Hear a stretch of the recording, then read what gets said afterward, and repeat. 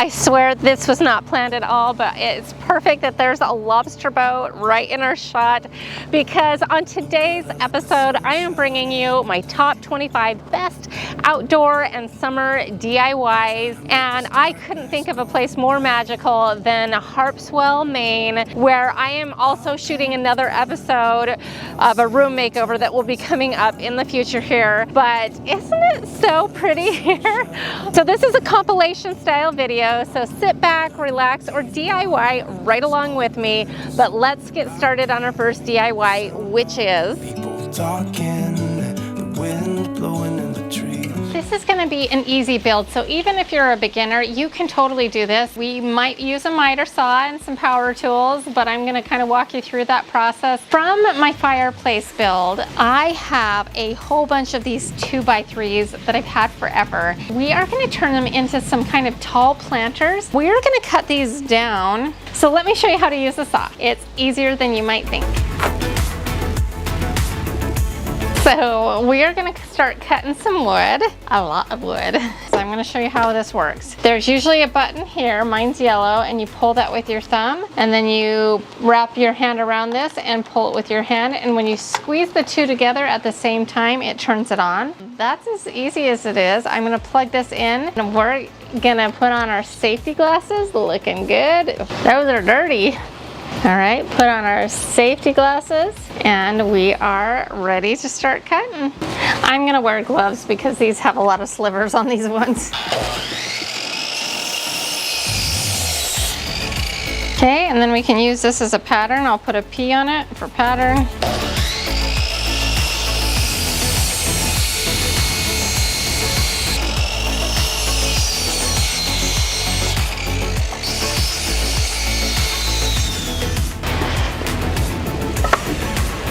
We've used up pretty much all of our 2x3s and 2x4s to build one planter. I was hoping to get a little good start on a second one, but it really took up the wood. We are going to just be attaching these with screws, and we are going to just pre-drill some holes, and we're going to just put one screw in each area, building a whole bunch of boxes, and then we're going to hook them all together, and you'll see how in just a second. So let's get drilling. These ones are the longer ones. This is a shorter one. We're going to shoot the screws in this way.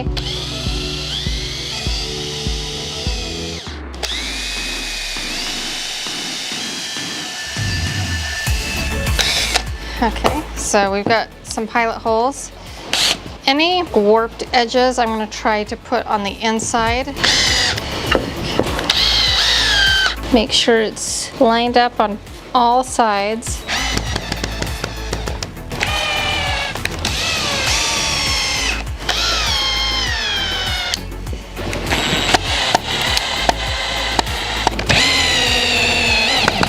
There we go. Okay, so that's pretty sturdy, and we'll just build a whole bunch of them and then we're gonna stack them together. I'd originally planned on taking it up a bit taller, but I'm really happy with this height. And of course I want two of them, so I decided to hang on to the extra pieces and use them for my other planter, and I'll probably still have to get some extra lumber for that. Isn't this fern so pretty? I think it's gonna be gorgeous when it's all said and done. So I've just kind of set this in here so you can kind of see what it looks like, but let's lift this out because I've got to show you what we're gonna do next. So all of these boxes are kind of separate, but we need to attach them. So what we're gonna do is we are just gonna cut down some 1x2 for the front long sides, and then this 1x3. See if I can do this without dropping it, to kind of hide all of that. And then we'll use a little wood glue and finish nails and nail them all into place, and that should kind of hold them together. And we've got some kind of ominous weather looking. I hear some thunder. I haven't seen any lightning, but I'm kind of hoping it holds off so that I can keep building. We're kind of working around some weather this week. I just take my 1x2s and my 1x3s and hold it up to where we're placing them and kind of make a mark where we need to make cuts.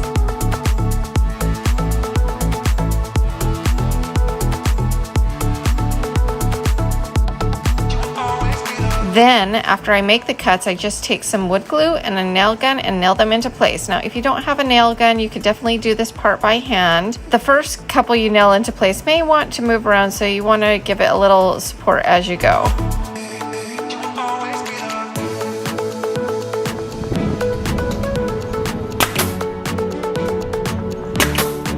So So looking pretty good, right? I love that. If you wanted to do kind of a natural look, I would go ahead and get some natural colored wood putty, fill in the holes, and kind of give the whole thing a good sanding. And then you're gonna wanna find something to seal it with. It's actually a really pretty look. I'm gonna go ahead and paint mine black. But first, before we paint them, we need to build a second one. Well, this one is really nice, and we built it with screws, which is, you know, if a drill is something that a lot of people have on hand, it took a while, so I am breaking out my big framing nailer, and we are gonna bust the second one out in no time. I like this gun. This nail gun is the coolest. So we'll fill in the holes, let it dry, and then probably tomorrow, we're gonna be painting a bunch of stuff tomorrow. Because of the rain delays and all that, I am gonna delay one of my bigger projects for probably the extreme makeover. So you'll have to stay tuned for that, but I've got another really fun one coming up. Now it's time for the big guns. Oh yeah. Protective eyewear for this is a must. Woo! See? Look how fast that is. One down, several more to go. But that was way faster.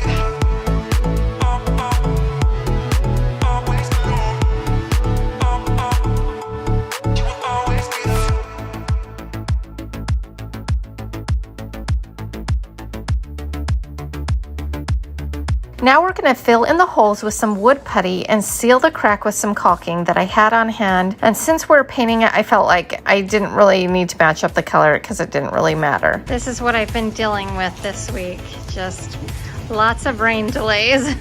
After it's dry, I sand it down and I use the same paint I used on my front door in my recent front porch makeover episode. I believe the color is called Caviar. I do one good coat and then I go back in and touch it up a little bit with a light second coat.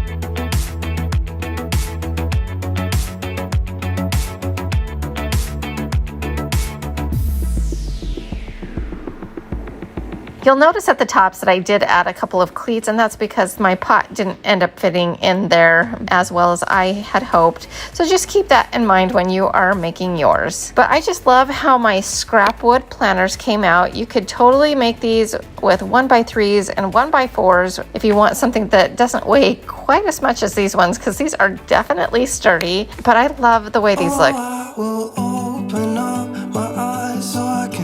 I was shopping for lounge chairs and found out they are very expensive, very expensive. These ones are looking super shabby. My plan was to send them to the trash, but after doing that shopping, we're gonna at least make an attempt to save them. So my plan is to spray everything in a flat black in this Fusion Krylon. It's supposed to spray onto plastic. It's supposed to help with rust protection and all of that. I'm not sure how this material will spray, so we'll see how that turns out. If it buys me a little extra time, then I'm glad. And hopefully it will last for a while. I think I can save two of them. The last one, it's got some severe damage and it's kind of ripped out. There is a way to repair that, but I don't know that I want to go to that effort, especially since I'm not even sure if this is going to hold up. And it's okay, so we'll just deal with two of them, and one of them might end up finding a new home.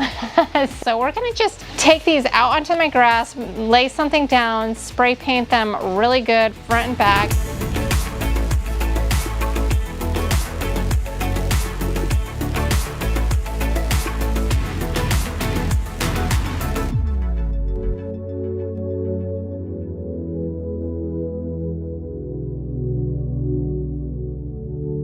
And then I've also got some finishing touches to make it look a little bit cuter. I was pleasantly surprised by how well the spray painting job did. I'm currently keeping them underneath my lanai to give them a little bit more time to cure before fully exposing them to the rain season. I just got these cushions off of Amazon as well as the pillows. This is such a huge transformation on these lounge chairs, and they look even better than I had hoped. I just love it when that happens. Here's just a little reminder of what the old ones looked like in comparison to how they look now. We are going to be transforming this into a tabletop fire pit. Now the terracotta kind of exterior of it is a little bit too orange for the look that I'm going for. I found this Gorilla water sealant and it says that it's paintable, and none of the other ones that I looked at said it right on the front and made it easy for me. Maybe they are as well, but I wasn't gonna take the time to read all the tiny print. And you don't have to do this, but terracotta is very porous and it can really like suck in the paint. So I thought this would be good. So I'm gonna start by spray painting the exterior in a black, and we're gonna get the top rim. That's gonna be in a satin black.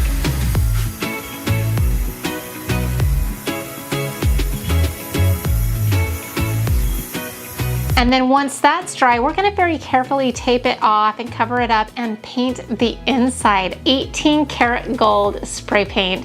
It's my favorite gold spray paint color. I just think it's a really pretty and true color. It doesn't look brass, it doesn't look bronzy, but like a nice true gold color. Now, painting something that I'm gonna turn into a tabletop fire pit, I don't know if that's a good idea or not. I think it will be okay though, honestly, because the flame is gonna be in the center. Now, once it's all painted, then we need to kind of assemble our fire pit. We're gonna just take whatever we can find. I just ended up using a scrap piece of 1x4, and then I stacked on top of it a wood round that I had in my stash that seemed to be a great size for this bowl, and that provided a nice stable base. And then now it's time for our fuel.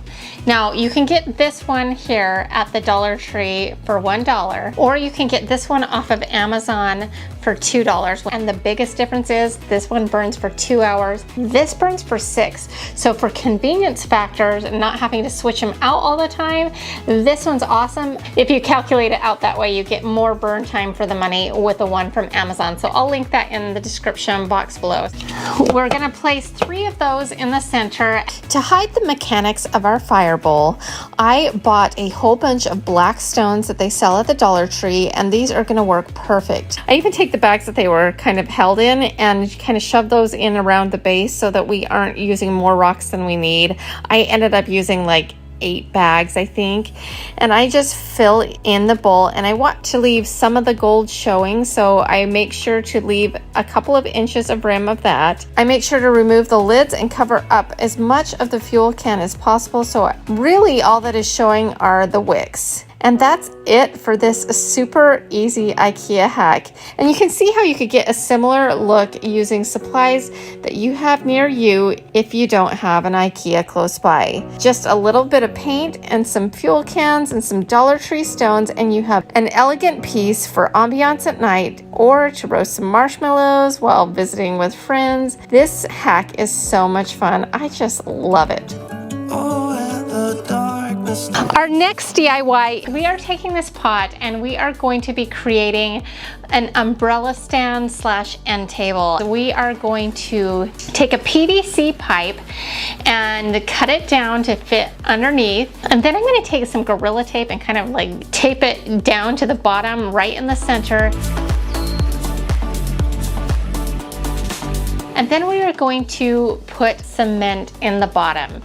Now, I'm not gonna fill it all the way up because I don't want it to weigh 1,000 pounds, but I do wanna fill it up far enough that I feel like it will be heavy enough to hold an umbrella in place if the winds pick up and not be tipped over. And that ended up being about 40 pounds of cement. And I just added that little by little, adding water each time and kind of mixing it up as I went. And then when it was full enough, I kind of just bounced it a little to even everything out and have it settled down. And then I wiped all the edges and cleaned up any mess on the rim and let that dry overnight. While that's setting up, I'm going to take a wood round, a decorative wood round that you have seen me use on this channel in all of my Way Cool Dirt Cheap episodes. I've used these wood rounds for trays. I've used these wood rounds for a lot of things, and I thought it was the perfect size and kind of thickness to create a little tabletop. We're going to mark where center center is, and then I take a 1¼ inch hole saw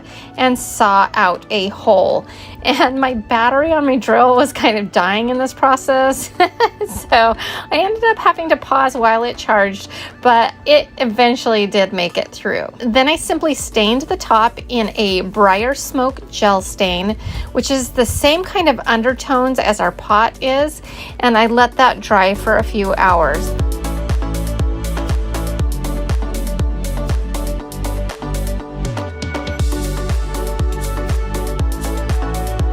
Then I took some wipe-on poly and polyurethaned the entire thing.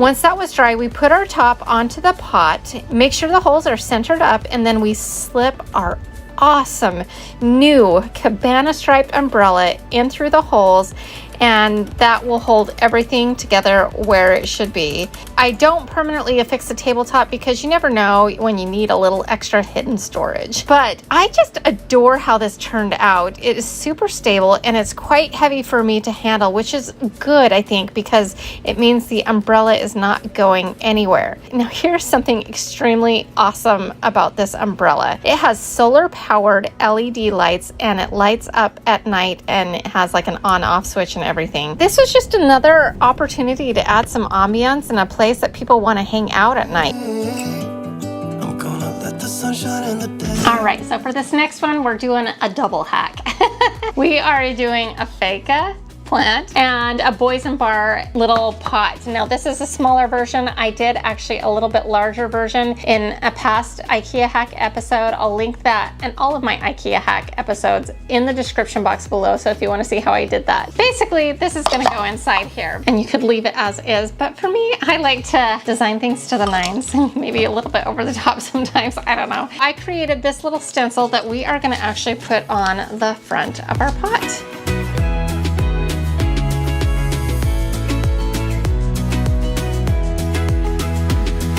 And then we're gonna just take some black chalk paint and just chalk paint this on. Now, this little stencil is my definition of Feka, the name of the plant. It translates to fake, or a plant that you can't kill but still looks real. And if you watch my channel, you know that if I put things in a pot, I'm a serial plant killer.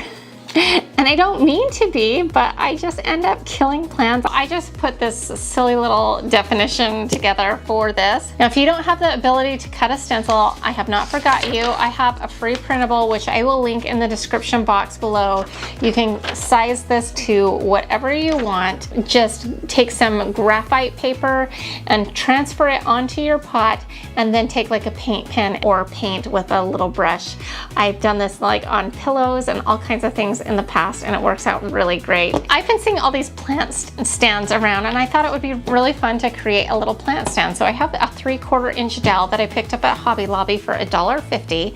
I think we can get the job done with this one 36-inch dowel. Now, I've seen these made several different ways online. I've seen them made with just glue, which doesn't seem very sturdy. And then I've also seen it done probably the proper way, where they kind of cut out and then chisel out and do a little crisscross pattern and kind of like smash them together. That's probably the correct way to do it. But I wanted to offer an option that was a little bit more sturdy than glue, but maybe a little bit easier than the crisscross chisel option. And here's what I came up with. We are going to take our dowel and make these cuts, either on a miter box or on a miter saw like you see me doing here. The cuts are 4 at 6 inches, 1 at 4 1/4 inch, and 2 at 1 5/8 inch, which you should be able to get out of one dowel. And once we have those cuts, we are going to pre-drill a hole exactly in the center of the 4 1/4 inch piece. Then we are going to take what is called a screw dowel, and you've seen me use these on my channel before, and we will place that in a drill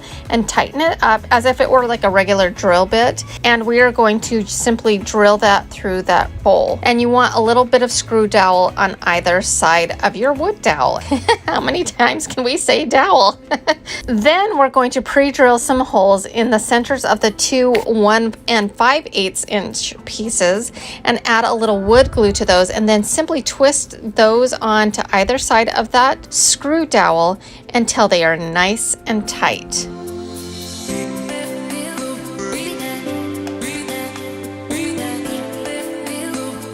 Then I took mine outside so I could use my nail gun to then glue and shoot nails into the legs. And I kind of propped it up on a 2x4 board to keep everything the same height while doing this. If you don't have a nail gun, you could use smaller screws on each of the legs, or just use some finished nails and nail them in by hand. Then you can fill in those nail holes with some wood putty, or there's a little hack that I recently learned that will give you the perfect match, and it's next to free. You can just take a little tiny bit of that wood glue and some of the sawdust from your cutoffs and kind of mix that together with the glue and fill in those holes that way. And once that's fully dried, you give everything a good sanding and do a clear coat over the top and let that dry. Now, if I were to do this again, I'd probably make the stand prior to doing our stencil, because as you can see here, a little bit of our definition gets cut off by it. So I probably would have made this stencil a little bit smaller if I was planning on putting it on a stand, but it's okay. Together or separate, I absolutely love this double IKEA hack. The cement pot is a very easy IKEA hack, and the plant stand is probably a little bit harder, but much easier than the chiseled method. But I just think this is so super cute. We're gonna let the past be filled with smoke. Now, most of the supplies that I got for this project were from the Dollar Tree, except for a couple. And those items were basically the lemons and a dowel. The first thing we're gonna do is start out by taking a little pot that I got from the Dollar Tree. They come 2 in a pack. It's a little terracotta pot. And then we're gonna take our black chalk paint and paint the entire thing so it has a nice black finish to kind of go with our whole overall motif. And then what we're gonna do is just take any foam and shove just enough to be nice and firm inside there. And then we're gonna need a dowel, and we're gonna just cut this down to fit. And I haven't even decided the size yet, so we'll kind of just eyeball this. So I'm gonna just go with about that long. I'm gonna measure it right now so you guys have an exact measurement. I'm so scientific sometimes on this channel. All right, we are going to say about a 10-inch dowel, okay? And you won't need any fancy tools to do this. You can just pick up a hacksaw at the Dollar Tree for $1 and just saw it off, and that will be great, because the ends don't need to be perfect because you're not gonna see them. And just to give it more of a finished look, I'm just gonna take some antiquing wax and rub that onto my dowel just so it doesn't have that raw look.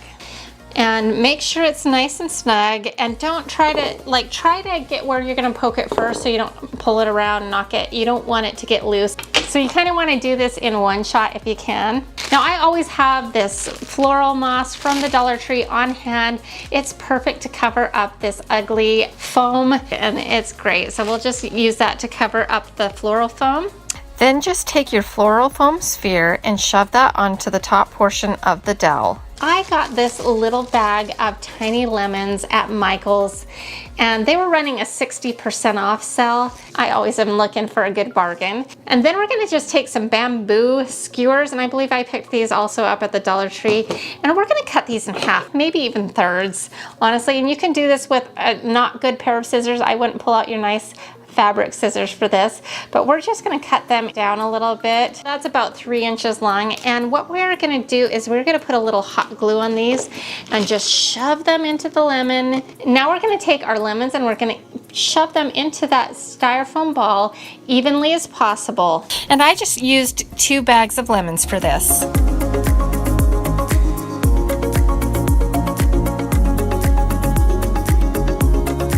I had these left over from my peony wreath that I did a couple of episodes back, and I always am trying to keep my cast off greenery just for this and that and the other. You never know what you're going to need it for. So instead of going out and purchasing actual lemon leaf, or salal as it's called in the floral industry, I'm going to use these rose leaves, and we're going to just shove that in between the lemons to kind of fill in. And you may want to add a little hot glue to the bottoms of the leaves just to keep them secure in place.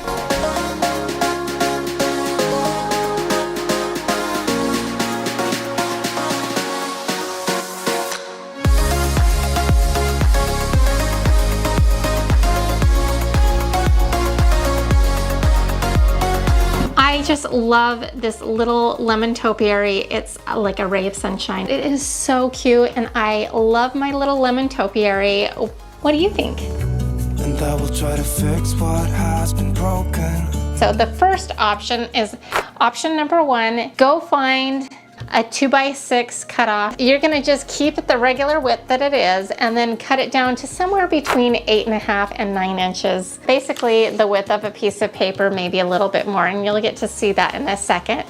And then all you're gonna do is just paint the whole thing out, front and back, white. I'm gonna be using my white chalk paint. Now I'm gonna go cut this down on my miter saw, and that's a tutorial for another episode. I do lots of tutorials on how to use a miter saw, so you'll have to check out some of those. But if you don't have a miter saw, you could definitely get away with just using a miter box. They're pretty inexpensive to get. I'll put a link for one on Amazon below, and that will work for the other option that I'm gonna show you here, which is, this was one of my fun favorite finds, and I actually featured this on another Trash to Treasure episode.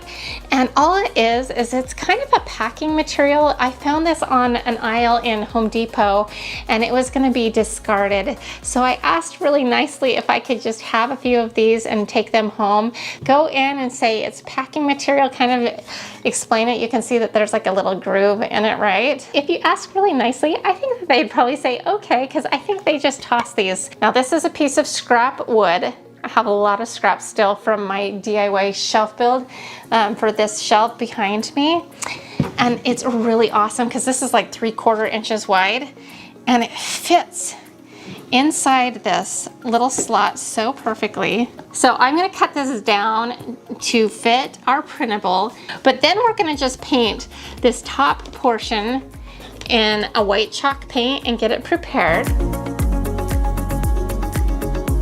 And then we are gonna take the bottom portion and we are gonna paint this out in black chalk paint. Okay, so now here's our awesome printable. Isn't this so cute? I love it. You can print this out on your own computer, but for some reason I get such a more saturated image and a more beautiful image by running down to Staples. So I printed this out at Staples. It cost me about 59 cents on their self-service color printer, and my husband's being silly over here and trying to distract me. Anyways, if either of these methods don't work for you, you could shrink this down just a little bit, print it out, and put it in a 5x7 frame and call it a day.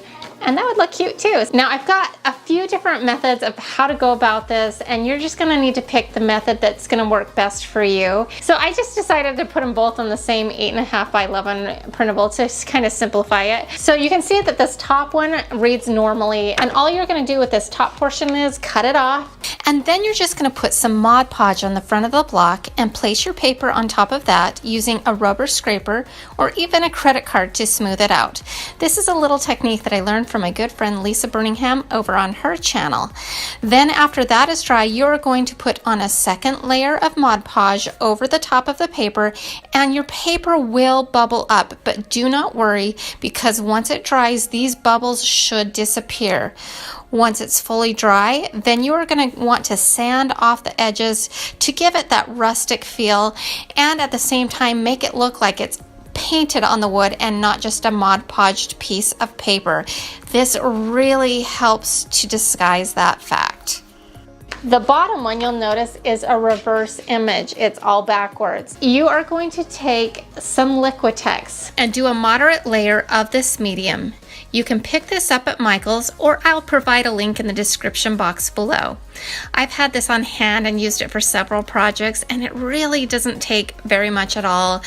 Then you're going to carefully want to place your reversed printable face down on the Liquitex without wiggling it too much. So you're going to want it to get it all nice and lined up before dropping it face down. Then you're going to want to smooth it out with your hands, making sure that there is very good contact. Then you're just going to let this completely dry for a few hours. Once you're sure that it is dry, get a soft washcloth and a bowl of water, and you will carefully and gently remove the paper by getting it wet. This part can be a little messy, so I would recommend putting a plastic bag or something underneath to protect your table.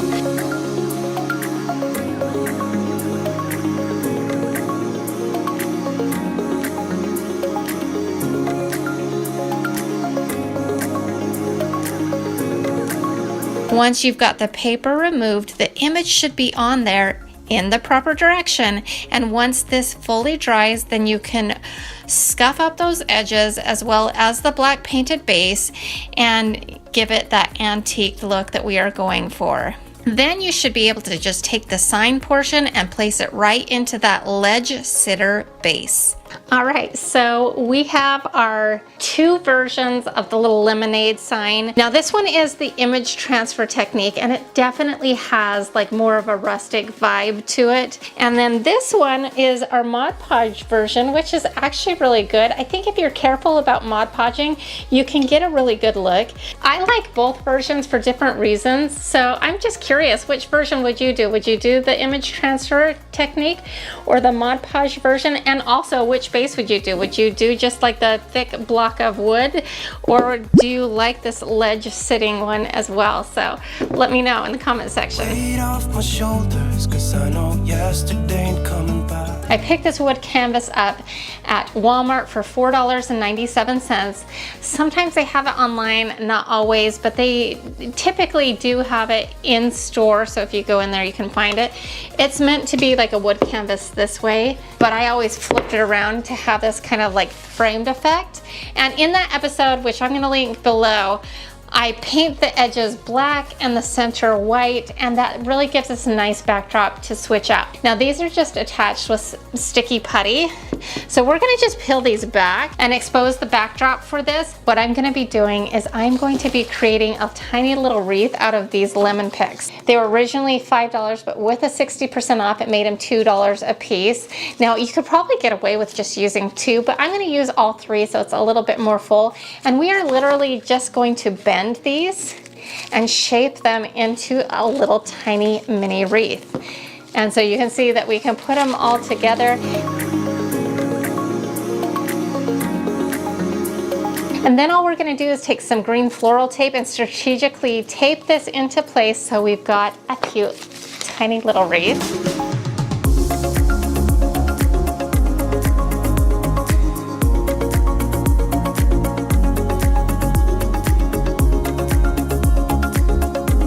And once we've got our little lemon wreath created, so easy, I might add, we are going to just take some ribbon. Now I'm using what I have on hand, and I had some black and white buffalo check, and I also have some black and white stripe. And I think I'm gonna go with a buffalo check just because we've already got a lot of stripes going on, and so I kind of want to break it up a little bit. We're gonna just take maybe like a foot long of it and then cut it off and then loop it through our little wreath. And then we're gonna just find the center and center up the wreath in our picture frame. And then on the back, use some duct tape and just tape it into place. So I love this look. I love that we've taken a little twist on what I've been doing with the sign and put a little mini wreath on it. I'm gonna let the past stay in the cold. Here it is. I am so excited about it. Isn't this so cute? I just had so much fun designing this printable for you, and it's kind of going along with our lemon motif. Sweet lemon farm, fresh squeezed, so cute. I really think that this is striking and packs a punch. And I'm putting the link for this free printable in the description box below. Click on it, follow the instructions. It's not too hard. Then I take this to Staples. I love Staples. They are always good to me there. Plus, I just like their quality of print there. And what you do is you email this digital copy to staples@printme.com, and you can print this out at Walmart. You can go to Costco and print it out there. Costco, I think, is the cheapest. I think it's $6.99. It's a little bit more at Staples, but I really like the color saturation and the paper that they put it on. It's kind of like a regular paper, but a little bit heavier weight, and I love the kind of that matte sheen on this. So that's this printable. But I've been being asked to open, an Etsy shop for a while, and I designed a whole set to match this. Now, the lemon one is gonna be free, like I mentioned, but I've designed a blueberry. I've designed an orange, a strawberry, which is so cute. Here we go, strawberry. I love that, isn't that cute? And then of course a peach, that's very summery as well, and a raspberry. So there's a whole set of these. These ones were actually just put in a Dollar Tree frame. So, and look how cute they look. I've also designed these with different stripe colors to be flexible for people's decor. I really like this kind of mint green blue color that's on there, but I've also done it in a gray and a green and another. So that's all on my Etsy shop. So check that out if you're interested in having like the whole set. And I'll put a link for it in the description box below, or you can just stick with a free one that I'm offering you. This is always a good DIY because it's so easy to put together, because all we do is we take out our frame backing and we put it in our frame and we call it a day, and so easy. Okay, so I wanted to show you the Bailey Island Bridge. This is a very famous bridge because it connects Orr's Island and Bailey's Island together, and so it's not off on its own. And these are a couple of islands that are here in Harpswell. It's just beautiful here. It's like a picture off of a postcard. So I hope you're enjoying what you see so far. If so, I would love it if you hit that like button. And if you really like what you see, make sure you hit that subscribe button. I would love it if you joined the DIY Niner family. Now back to our next DIY. I am going to be converting this old tire that would be on its way to the landfill into a functioning piece of furniture, and we're actually going to be turning this into an ottoman. And I am so excited to do this because, you know, how many times do we have a tire sitting around our garage, kicking around, taking up space? If you don't already have a tire in your garage, you could totally just ask around. Somebody will be happy to give you a free tire. So let's start. Let's do it. Okay, so for the first part, we need to put a top and a bottom on this tire so it has some stability, so it can actually hold something in the middle of it without caving in. And so I picked up this piece of lumber at Home Depot for $4, and we should be able to get the top and bottom out of it. If you had a bigger tire, you might need a little bit bigger piece of wood, but you can use anything, any scrap wood you can get your hands on that's in a sheet form. And what we're going to need to do is make a circle. And so the easiest way to do that is to find center. All right, so we're basically going to be using this entire piece of wood. We need to be very careful in our measurements because we don't really have a lot to spare. We need to find the center. X marks the spot. So then we're going to take a nail, put it on the center of that, tap it in just a little bit, slip knot that on there. And then we need to take some sort of writing utensil, and we're gonna just tie it so it hits the edge here. And in theory, we should be able to do a circle. Okay, so I have a jigsaw here, and we are gonna cut out the circle that we just traced. And honestly, best practice would be a much sturdier table than mine, but I do have it clamped down, and we're gonna just be a little careful here. And we are just going to cut the circle out. It's a little humid outside, so I brought the party inside. We do this, we kind of go in and out. It's just how we roll here. Anyways, so we've got our top and our bottom cut out of the wood, and now we need to adhere it. I have some leftover liquid nails, so what we're gonna do is we're just gonna squeeze some of this liquid nails. This will just help everything kind of stay into place.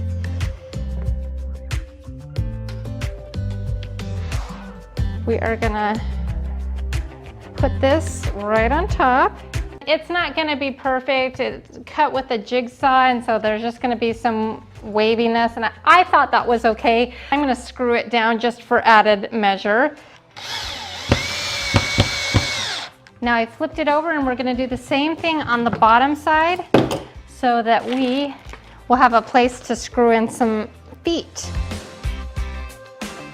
I'm going to be wrapping rope around the entirety of the tire and the top, and then we'll put on some feet to make an ottoman. I got this rope, it's about 50 feet of rope, it's a 1/2 inch thick, and I really liked it, and it was really the best price that I could find, and it also had the look that I liked. And I got it at Michael's. it was regularly $16.99, and I used a 50% off coupon. You always have to use a 50% off or 40% off coupon.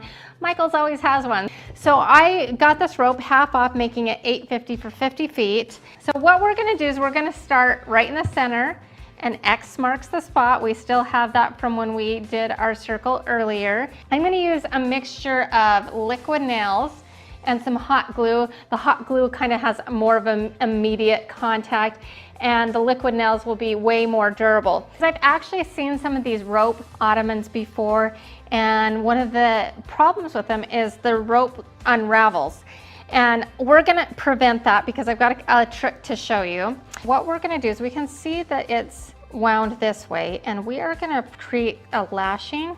What you need to do is create a loop like this, and then we are gonna line it up like so, and then we are going to wind in the opposite direction, and we're gonna do about 3 or 4 loops and make sure they're kind of snug. And then when you get those 3 or 4 loops, what you're gonna do is, I've just started and made like a tight coil, and we've already got where X marks the spot. So I'm gonna start by doing some hot glue, and I'm just gonna be very generous there. And then I'm also gonna put some construction adhesive, because that's gonna hold up better over time. Make sure that that's nice and center. And then all we're gonna do is just keep doing this all the way around. You just wanna make sure you get it really nice and tight together. You don't want any gaps.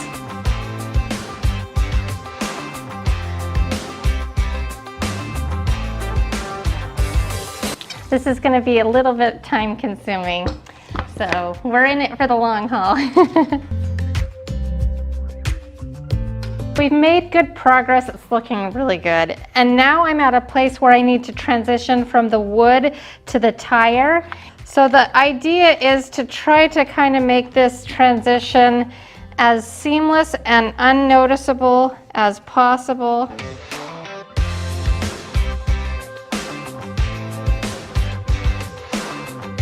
Okay, so what we're gonna be using for the feet of our ottoman, these are actually just some finials that I got at Home Depot for $3.98 a piece. And I liked them because they were a little bit chunkier, they had a flat bottom, and I just thought that they would be the perfect height, and everything about it worked, and the price was right. So what we're gonna do is we're gonna stain them right now. So I'm just using the same Kona gel stain that I've used for my outdoor tuna can chandelier, and then I've used it on my bench. I have hardly made a dent on it, and so I'm going to use it on this as well. And it's in like a nice dark chocolate, which will actually contrast next to the rope really well. Oh yeah, that looks so good. I love it. Patience is going to be a virtue in this project. Now it's time to attach our feet, and I've kind of marked where I wanted them. I've kind of evenly spaced them out. And now we're gonna pre-drill for the feet. And then we are just gonna twist them right into place. And again, these are just fence finials. You could use actual furniture feet, but I found them pretty pricey, and these were smooth and perfect for what we're doing.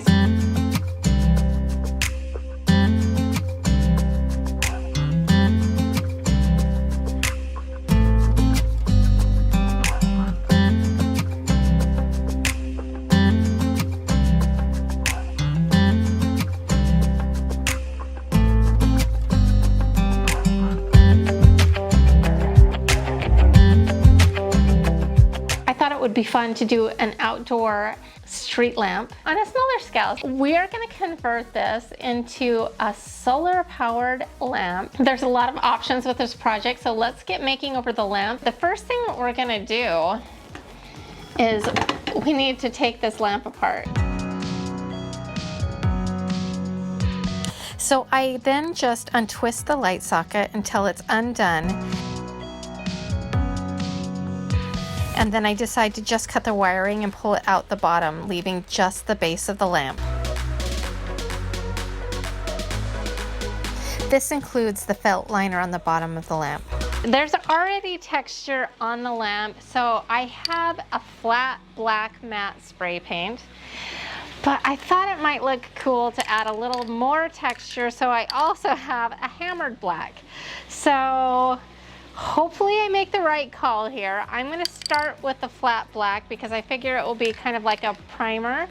And if I'm not happy with it, then I'm going to resort to this one. And these are both by Krylon. So we're just going to start spray painting these.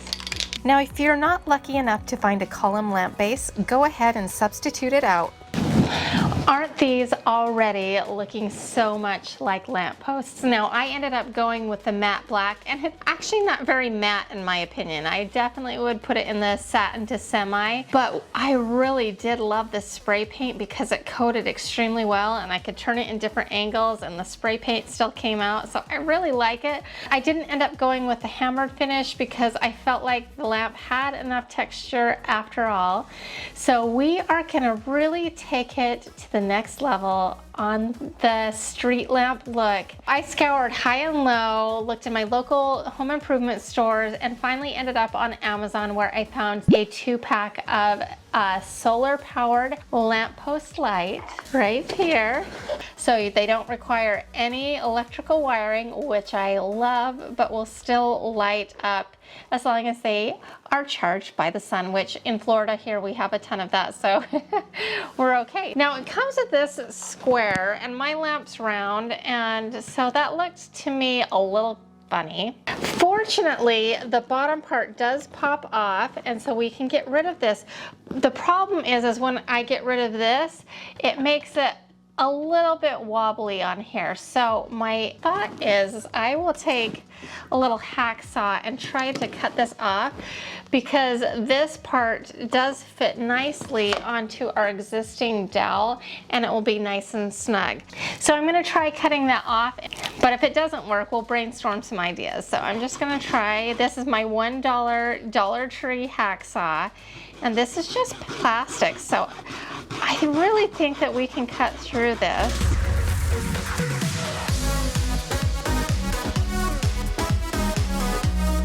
Success. So we can push that back into here, line it up, push it in, okay, which is perfect. So now it will fit on this really well. Look how cute that is. I have some liquid nails, just a little bit left. I thought I had more of this, so hopefully there's a little bit in there, just so it's a nice permanent fix. And that's it for the lamppost part, other than charging up our lanterns outside in the sun. Now these could look really cute on a dining table or just somewhere in your outdoor decor. But I thought we could bring up the spring and summer vibe just a little bit more. So meet me outside. I'm going to show you what I've got in mind, and it's going to even add just a little bit extra. Because of all the beautiful weather, I'm getting the bug to kind of spruce up my pool area here. It really does need a makeover, and I do want to do that pretty soon. So one of my ideas was I picked up this pot from Walmart for about $5 or $6, and then I got this one at Dollar Tree for $1. And I spray painted this in the same black as I spray painted the lamppost at the same time. And I thought we could take some liquid nails and glue these together to make a kind of urn style one, except for at a huge discount, because this is $5, this is $1, so we've got like $6 or $7 into this, whereas you could easily spend on an urn this size $30 without batting an eye. So this is a huge savings.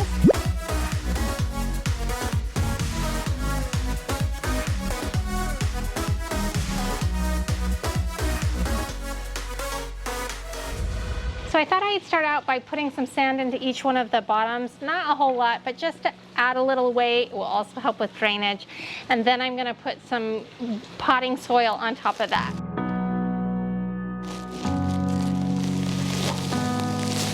It kind of looks like brown sugar.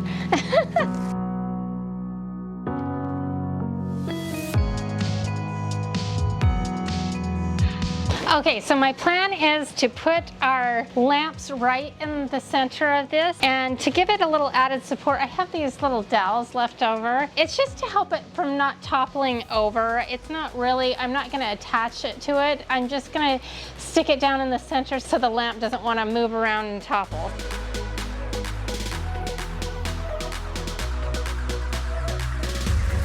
So for a little spring flare, I've got some greenery, and we will just kind of nestle those down. I actually might pull this out, plant them towards the edge, and then put that back down in there.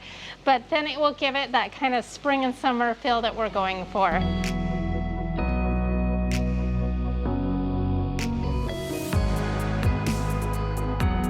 Now I picked this up at Walmart for, I think this was $2.50, and the violets were $1.12, so very affordable.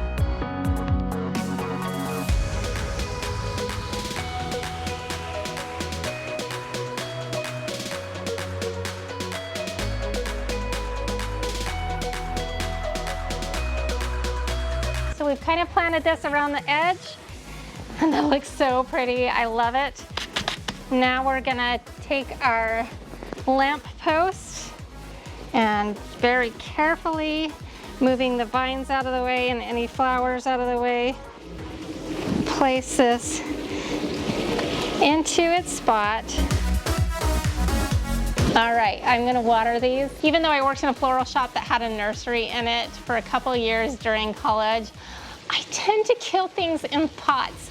So if you all would just take a second and say a prayer that I don't kill these. Amen. I'd appreciate it.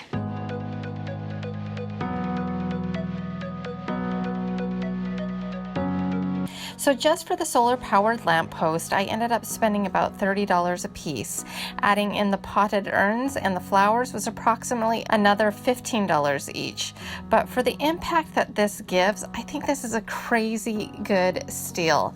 I am totally in love with these, slightly obsessed.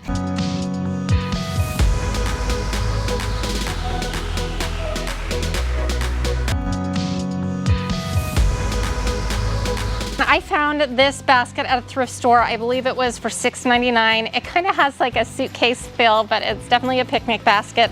And I knew we could update it and give it new life. And the first thing that I did might seem scary to some of you, but I just decided I really wanted it to be white. So I went ahead and spray painted it very well. We did it the inside, we flipped it over and did the outside, and we kind of just got it from every angle, making sure to let it thoroughly dry. The nice thing about this is you kind of can spray it on a little bit thicker than normal because there's a lot of nooks and crannies, and it kind of just sucked it right up. You don't want to go too crazy. I wanted to do something more than just spray paint it white. I wanted to give it a little character, and all of our thrift flips kind of have a little bit of a French flair, if you will. But if that's not your style, I hope you still watch, because there's a lot of good techniques and ideas that you can kind of implement your own look into. Stick with me even if French isn't your thing. But I knew I wanted to have kind of like a picture of something yummy that had a French flair. So I designed this image for you, and I will be giving you the free printable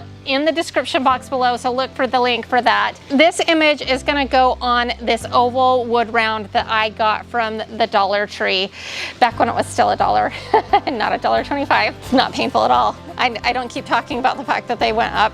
Just kidding. But we needed to prep the surface for what we are gonna be doing, because there's a little bit of a twist to this printable. So The first thing I did was fill in those little holes with putty, and then I let that dry. And then of course, after that was dry, I sanded it down, prepping it for paint. we are gonna paint that out in 2 coats of white chalk paint and prep the surface for it.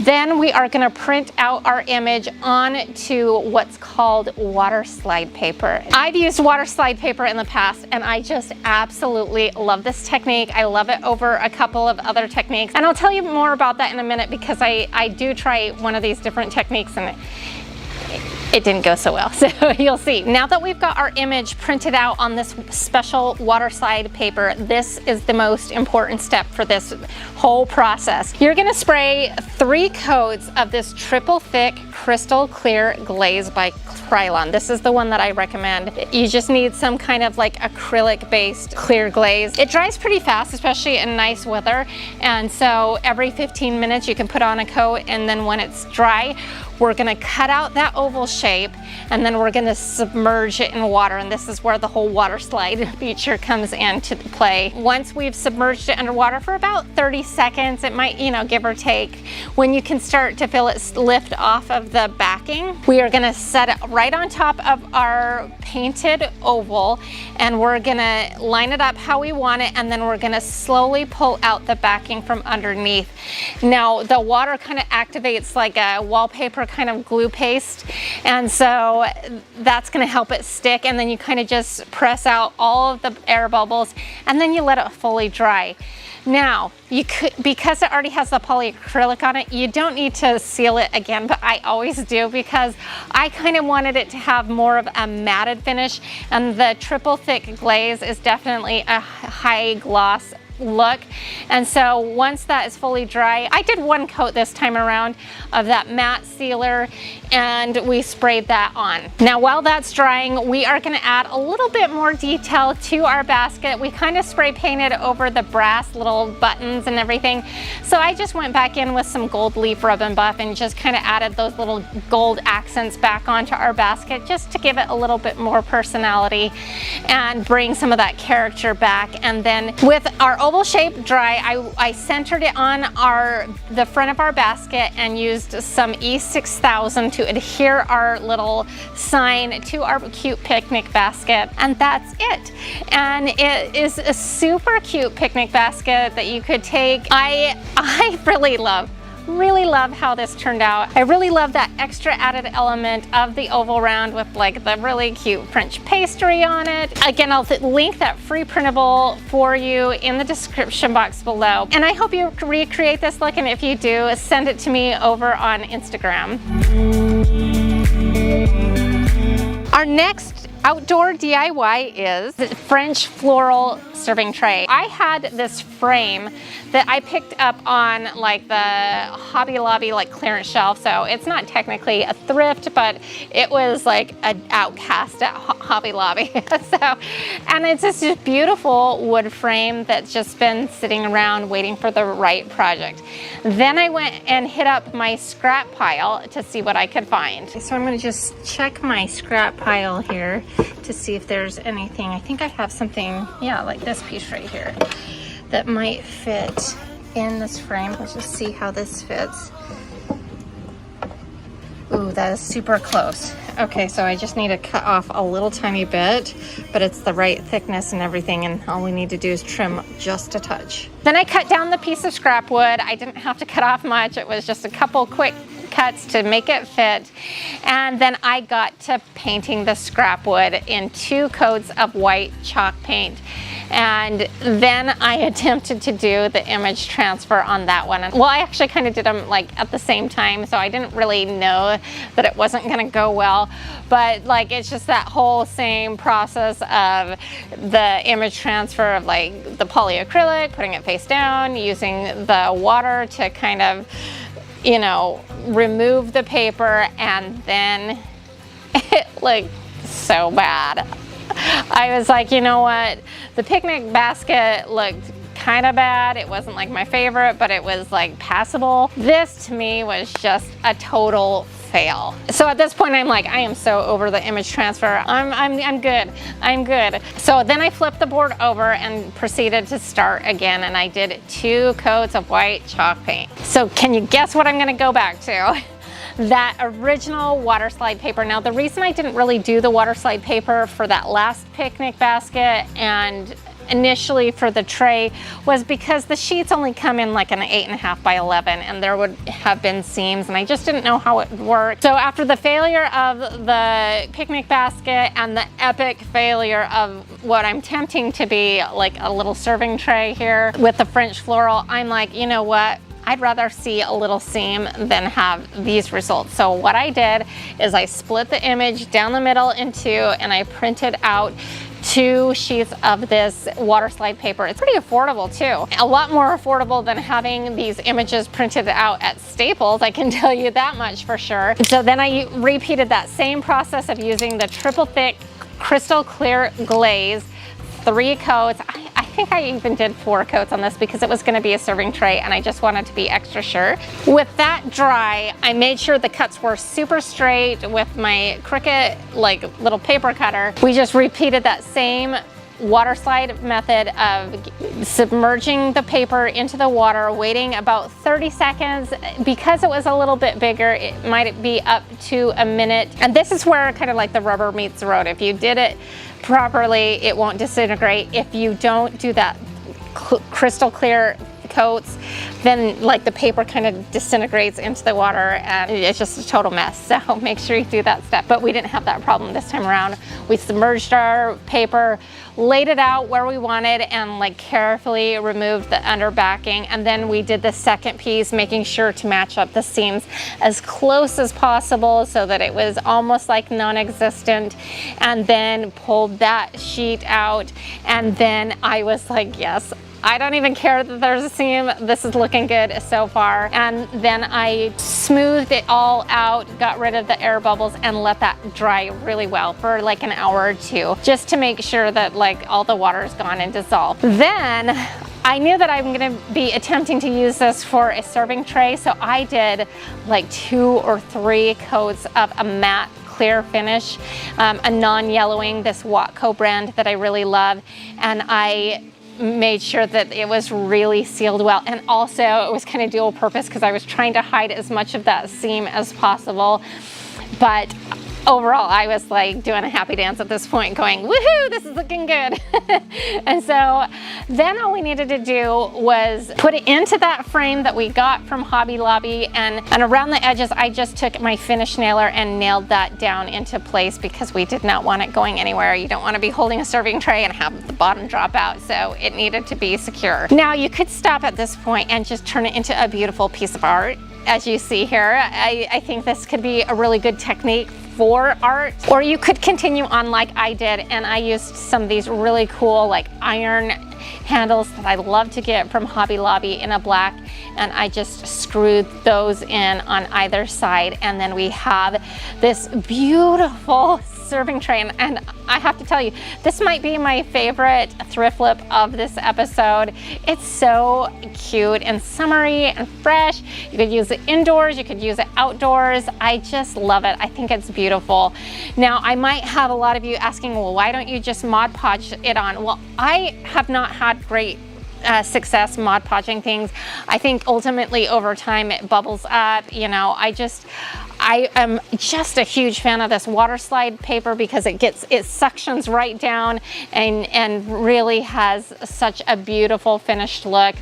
I love it.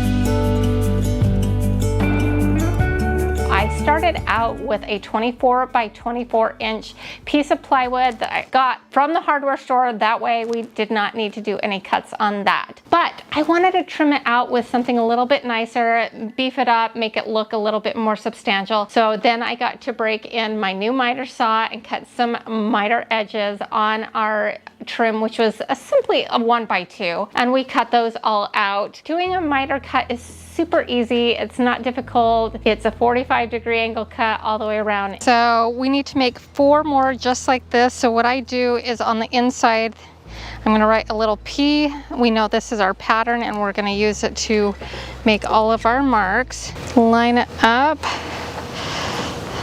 And then there we go. We'll make that cut.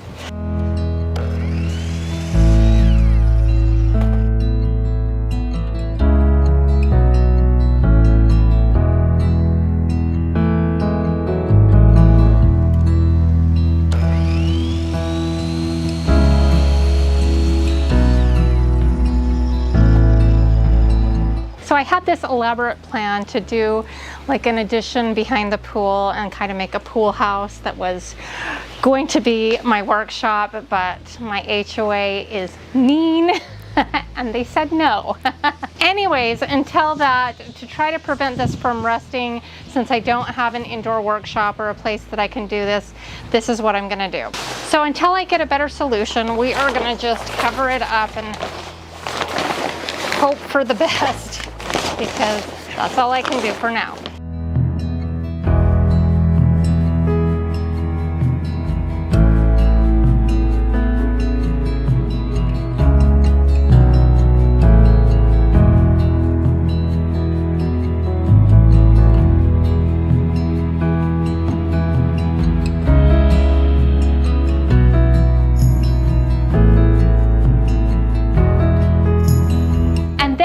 Did, which is kind of different, and you might be wondering why I'm doing this, is I took a wood round that was a 15-inch round, and I made sure I knew where center is, drew a circle where that center is, making sure it's where we want it, and then I put some wood glue on that wood round and attached it to the underside of our table, and then I shot some finished nails into that. And you'll see why this is all important in a second. But with that all assembled and dried, I went about staining it. Now, I originally started with like a grayish one, and immediately I knew that it wasn't the right color of gray.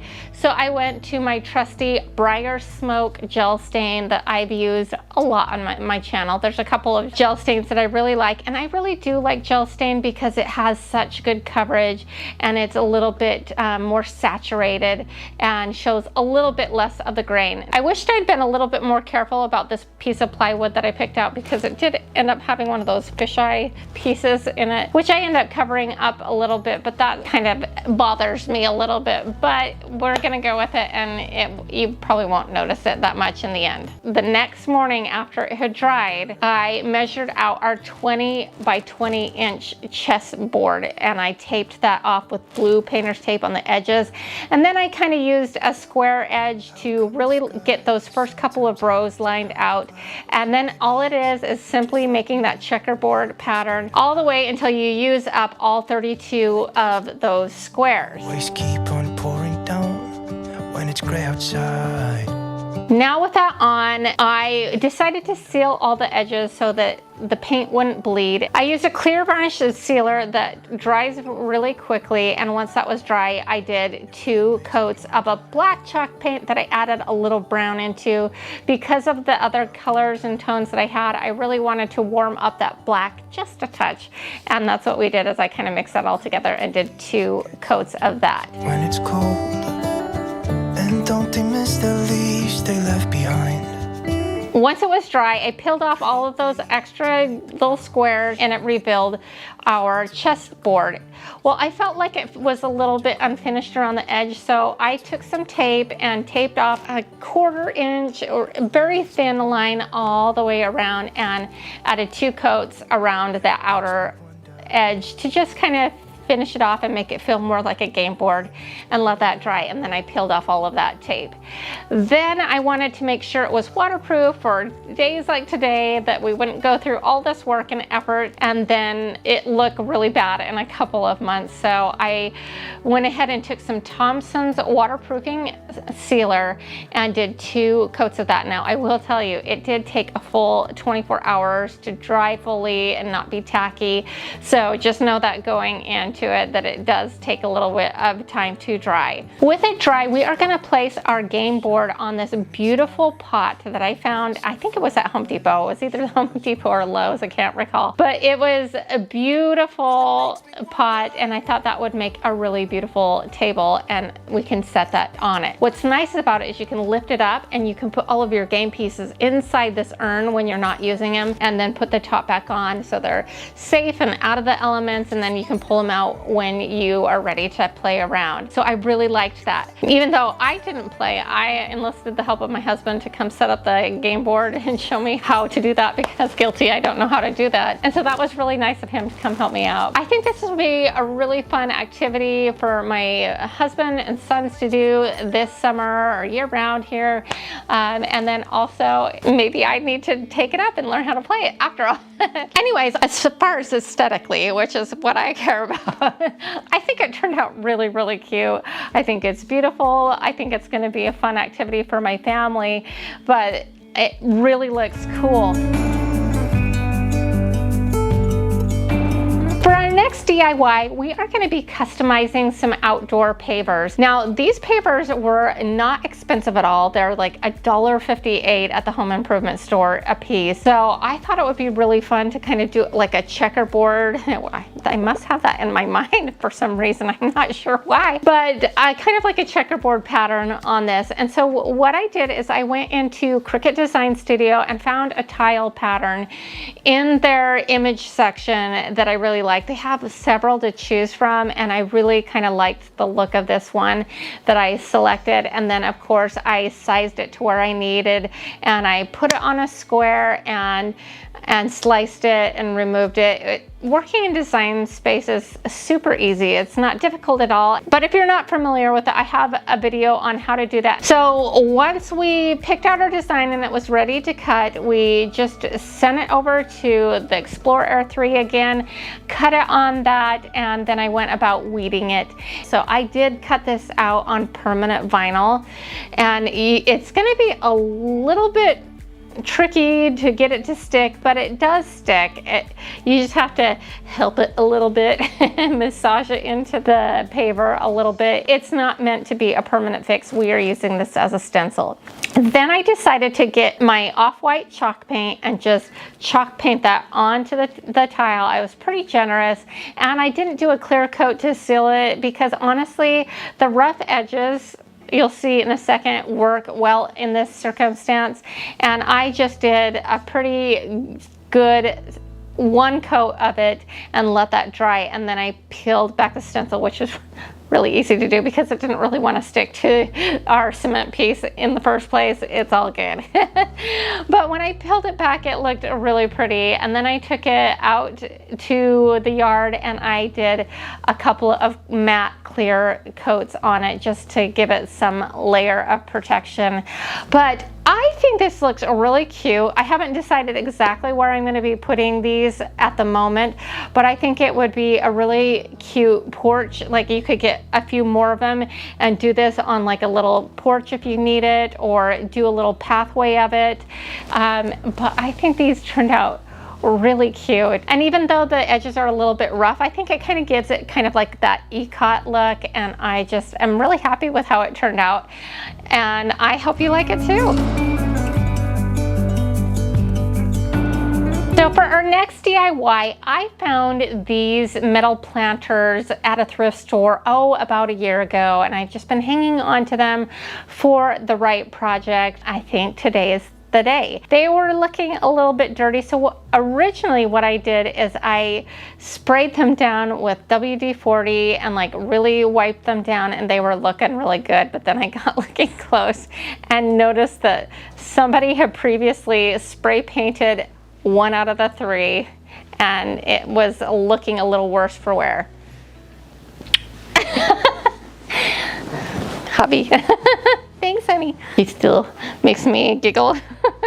All right, this one random one was spray painted and it was subtle, but it just didn't look very good. And so therefore it doesn't match these other ones that were bronze. And I can't leave it like that, so I went in and scrubbed off the WD-40 with some soap and water, and we're going to let it dry in the sun, and then we're going to spray paint them all black so that they match. I could have left it because it's really subtle, but it would have bothered me. Okay, so with our newly cleaned up brackets ready to go, I just did 2 coats of matte black spray paint, easy peasy, and left that to dry. But we needed a place to put these brackets, so what I ended up doing is taking a piece, kind of like a long skinny piece of wood from my scrap pile, and then I stained it out in the same briar smoke gel stain that we used on the chess table to kind of coordinate everything together. And we left that to dry. Now, while that was all drying, I went into Cricut Design Studio and I found a kind of a skinnier damask pattern that I really liked, and I made 2 of them. Super easy. It was like ready to go. I just went into their image library and found it, and then sized it out to where we wanted it, and then hit cut. I mean, it was really, really simple process. And then I, of course, cut it out on matteless black permanent vinyl because we are going to be leaving the vinyl decal on the wood and it's going to be outdoors. I went ahead and weeded that all out, and then we put on our transfer tape. Don't use the strong grip, it's a little bit much even for the permanent vinyls. Just stick with the regular transfer tape in this case. The stains dried, the paint dry, we are ready to assemble. And what I did is I kind of laid it all out on this piece of wood and made sure that everything was evenly spaced. Then I took some screws that I kind of spray painted black to match and screwed these down into the wood into their spots. Then we had these like little openings, and I knew that that was going to happen, and then that's where we applied our damask pattern, and I kind of did it in mirror image. So like one was one direction, one was the other direction, and I thought that looked really, really neat. And we just simply rubbed it into place, removed the transfer tape, and it was easy, easy, easy. As far as active time, this took like hardly any time to put together. It was very simple, using some scrap wood that I had on hand, some inexpensive brackets that I found at a thrift store. This turned into a really cute little planter display that I can put outside on my front porch in that little awkward skinny spot. And honestly, it could go indoors or outdoors, but it's super cute. I love it with the little pots and planters in it, and I hope that it opens up your mind and gets your wheels spinning of how you could maybe take some unrelated things together and create a cute little decorative piece. We made this really amazing chess table. It's outdoors. It lifts up so you can hide all of the chess pieces underneath this. And I thought it would be really cool to do like a part 2 of this DIY. I removed our original chess table top that we made in that last episode and kind of centered it on top of the round, and it really kind of came to the edges of this tabletop round, and I traced it all around just so I knew that it was perfectly centered and nothing was going to be off kilter. And then I decided, well, how are we gonna make this sit? Because I'm not just gonna put the tabletop round on it. That would feel to me like it could easily be bumped off and not just be a quality piece. So my idea was to kind of wrap it in wood so that it was very sturdily, is that a word?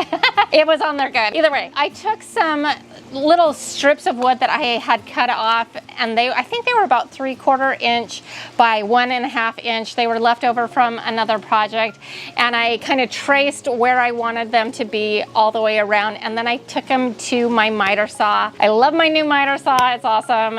Cuts so smooth. It's nice. And then I proceeded to make those cuts. Now they were a little bit more than a 45-degree angle. You could probably get away with a 45-degree angle having done it now, but it was a little bit more than a 45-degree angle, so I just kind of pulled it out a little bit, lined it up with a line, and made the cuts. Probably not the best way to do it, but it worked for me. And then once I had made all 4 pieces, so all 4 sides of that underneath table, then I took some wood glue and some finish nails and nailed that to the underside of the table, leaving the chess table in place so that I knew that it would fit on there nice and snug. You want to be able to move it out, but you want it to be kind of nice and snug on that so it's not going anywhere and not being bumped around easily. If you weren't doing this portion, I would just refer you back to the original video where we made the chess table, and all we did is took like a big wood round that I got at the craft store, the home improvement store, and I wood glued and attached that to the underside, and you could forego that like wrap section. It's really easy. So it's kind of the same concept as before, just sans the chess table. So go back and watch that episode and you'll know exactly what I'm talking about. So with our tabletop now sturdy and ready to go, I proceeded to stain the entire thing in a briar smoke gel stain, which is kind of like a warm gray tone.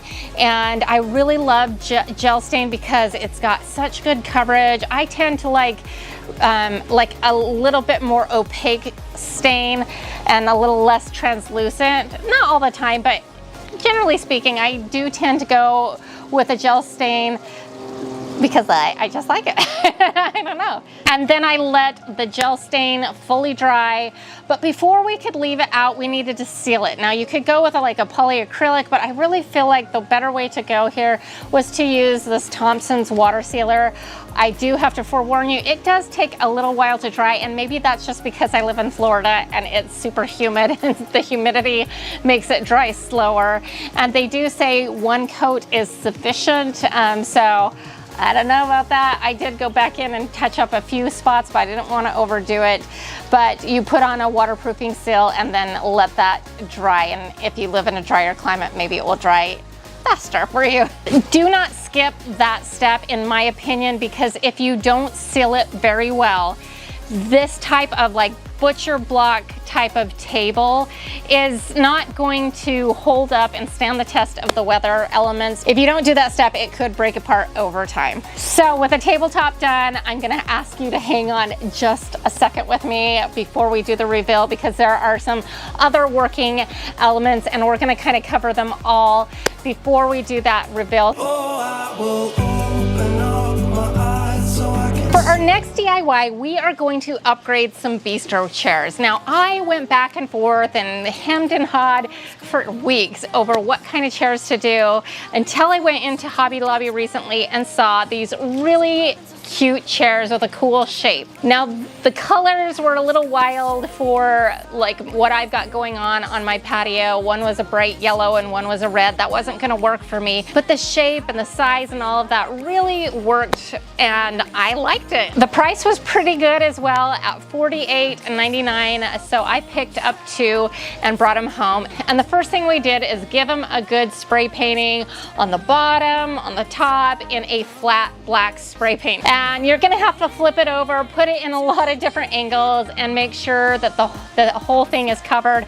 I ended up using 3 cans of spray paint for the 2 chairs, so about a can and a half per chair to get it really well covered. And then with it fully dry, I put on the little caps back on the feet of the chair and it was looking good. Now, you could leave it like that, but it was a wire seat and it didn't feel like it would be like uber comfortable, and I wasn't sure about doing a cushion on that because I felt like it would like push down through the grated thing. And I thought it would be really cool to give it a wood seat that matched our wood top that we just created. And it just so happened that the wood rounds that they sell at Hobby Lobby, that I don't know the exact size, I think it's 16 to 18 inches. I sat them down in the store while I was buying them and realized that that was a good fit. So I just took those wood rounds and stained them in that same Briar Smoke gel stain on the front and the back and let that fully dry. And then of course we cannot skip the sealing of these chairs as well. So what I did is I sealed one side, let that dry, and then I flipped it over and sealed the other side, and so that it was fully protected top and bottom. And then I was like, how are we gonna attach this? We've got like a metal kind of interesting seat and this wood, how are we gonna attach them? And then I'm like, what about zip ties? I'm like, that could work. And so what I did, because the arms were kind of an interesting shape, it wasn't really fitting on my table well. So what I did is sat that wood right on top of where it needed to be, and then I laid on the ground, and then I kind of traced out where I wanted to attach that on the underside. And once I got that all traced out, I took it to my little work table and I stapled on about 6 zip ties that were already black, and used a couple of them on each one. And then I put it back where it was supposed to go, kind of threaded through the zip ties so it would wrap around all of those little spots that I got. And then I put the zip tie through the little device and pull it really tight, and then it's a nice snug fit, and it worked out really great. Then you cut off the excess and you would never know that these seats are attached with zip ties.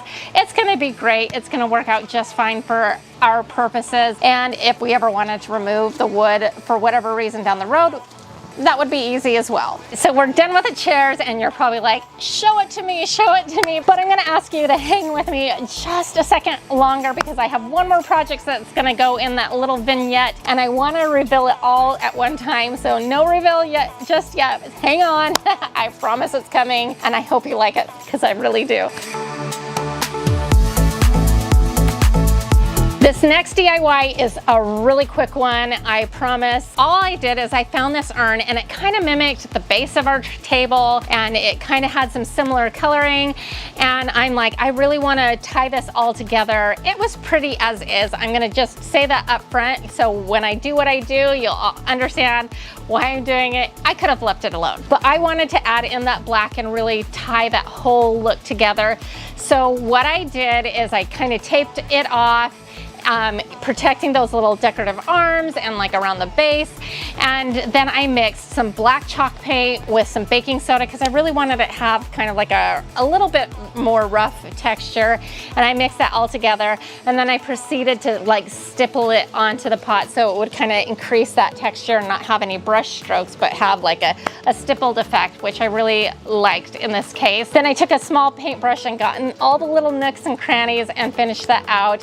And then of course, I did not want to forget the inside because I didn't know how much of that would be exposed when we planted up our pot. And so I painted that out as well and let that fully dry. And that's it. It was a really quick makeover. Then I just threw some stones into the bottom of it to help with some of that drainage. I got this really pretty kind of orangey colored plant. I'm not even sure exactly what it's called at Walmart for very inexpensive. I just thought it was like a nice little pop of color. It kind of matches with the shirt that I'm wearing actually. And that was it for that project. And now it's time for the reveal that I promised you. So the first thing I did is I got this area rug at Hobby Lobby. It was round. It was a really good size. It kind of had some natural elements, but with the black and the white that I already have going on with my color scheme.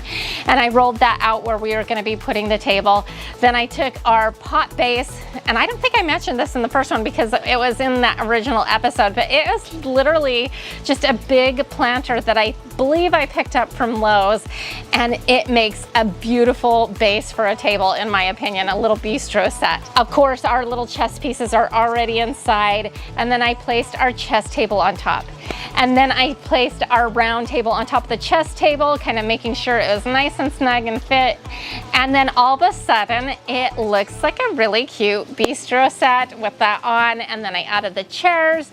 And then of course, I added some little cabana stripe pillows that kind of matches like the overall look of the patio. Now, if you haven't seen like my whole patio makeover, I'll link that below in the description box because I really love my patio. It's really fun. I know I use it sometimes to like build stuff, but I do try to keep it clean because I really love my patio. And then of course I placed our beautiful flowers, and that's it. And what do you think of this makeover? I absolutely love it. And I think all in all, I'm in this under $200. For sure under $200 with everything. And that's including the chest table part.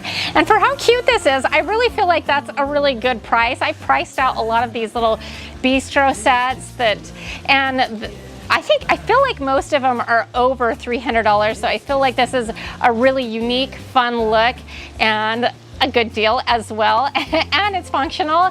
And if we wanted to put something more than just chess pieces in the side of this little base urn, it would work out great. It's great additional storage for your patio. I'm always looking for good storage ideas. And I just love how this turned out. Understand, I'm making all the wrong connections. So for our next DIY, we are going to be doing like a solar powered fountain planter thing. Last year I did a very easy, very simple solar powered fountain and I really liked it. But I found a new solar fountain that I really, really wanted to try out, and I wanted to kind of up the ante on this one. But it is also super, super easy.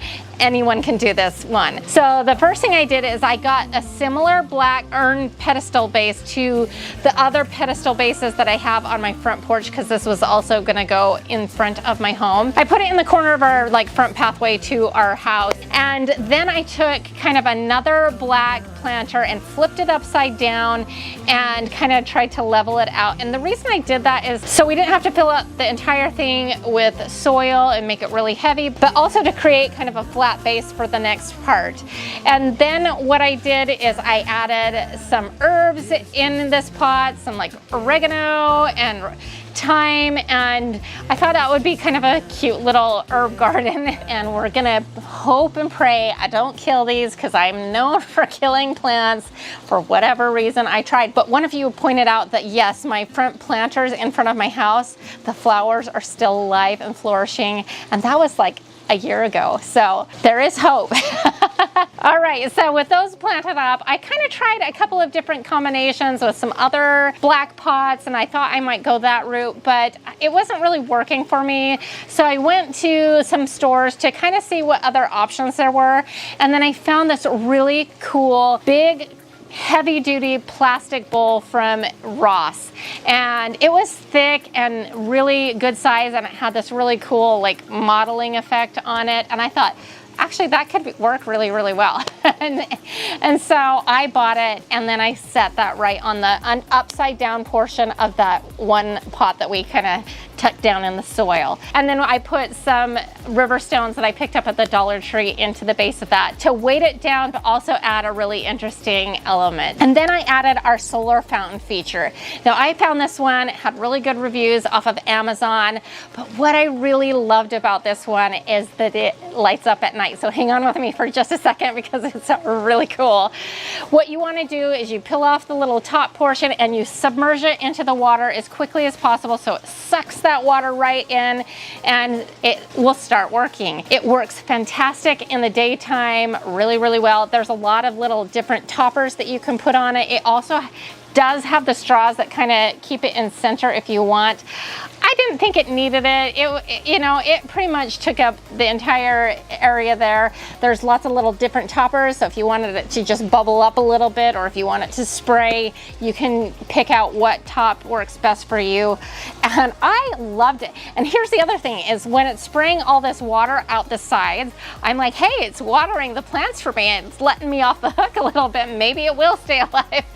And so I'm like, that's a benefit to me. But you could put whatever topper you wanted on that, and then it just works on its own. And then during the day it kind of stores energy, so at night it has this really cool effect where it lights up, it changes color, and it's just kind of like something fun in front of my house. And I love how this turned out. I loved the original one, but this one is definitely an upgrade from that one, so it's awesome, and I hope you loved it too.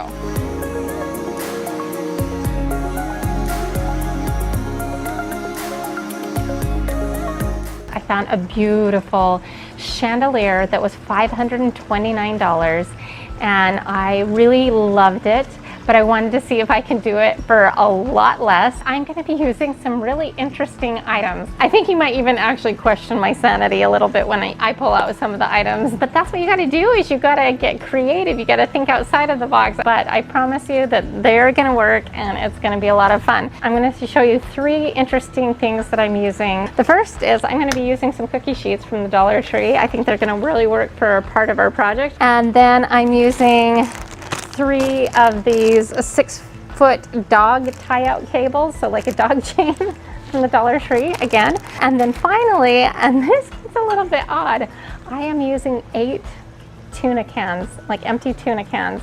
So we've had a lot of tuna sandwiches recently. Okay, so we're going to start by building the frame of the chandelier first. And I picked up 3 of these 36-inch long 1.5 by 1.5 inch poplar pieces of lumber from Home Depot. We are going to keep 2 of them the original length, and then we are going to take the 3rd one and cut it directly in half. We're going to just go ahead and mark that and make that cut now. So a couple quick safety tips. Normally I have some clear protective eyewear for my saw. I couldn't find them, so we're going to make do with my sunglasses, but that's just to prevent any sawdust from getting in your eyes. In between each use, I always unplug it because I have little people around, and I just don't want them accidentally, turning it on like that and hurting themselves, even if I'm going to only be away from it for just a second. We're going to be building the frame for the chandelier. I didn't want anything exposed, like in the way of nails or anything on the ends, so what we're going to do is we are going to insert dowels inside the joint to keep it all nice and put together. We're going to take one of the long ones, and we are going to take a nail and put it in about the center. Tap it into place, make sure it's nice and level. And then you take some wire clippers and you clip off the head of the nail so then it's kind of sharp. And then we're gonna line it up on this table.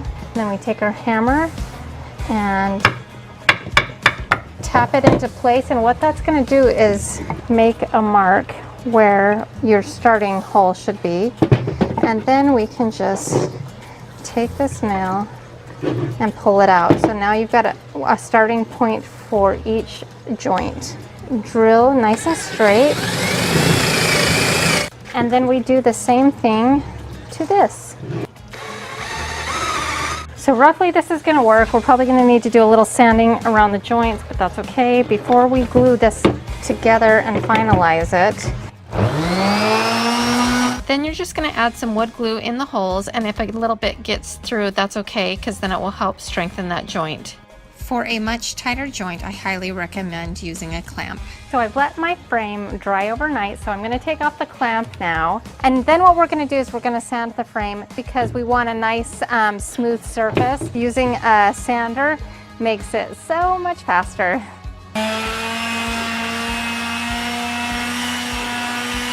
So I decided to move the party inside because I didn't know how the humidity and heat would work with the stains. I'm doing it in our guest bathroom because this is an area that is not getting used right now, and then I can also turn on the fans for circulation and all of that.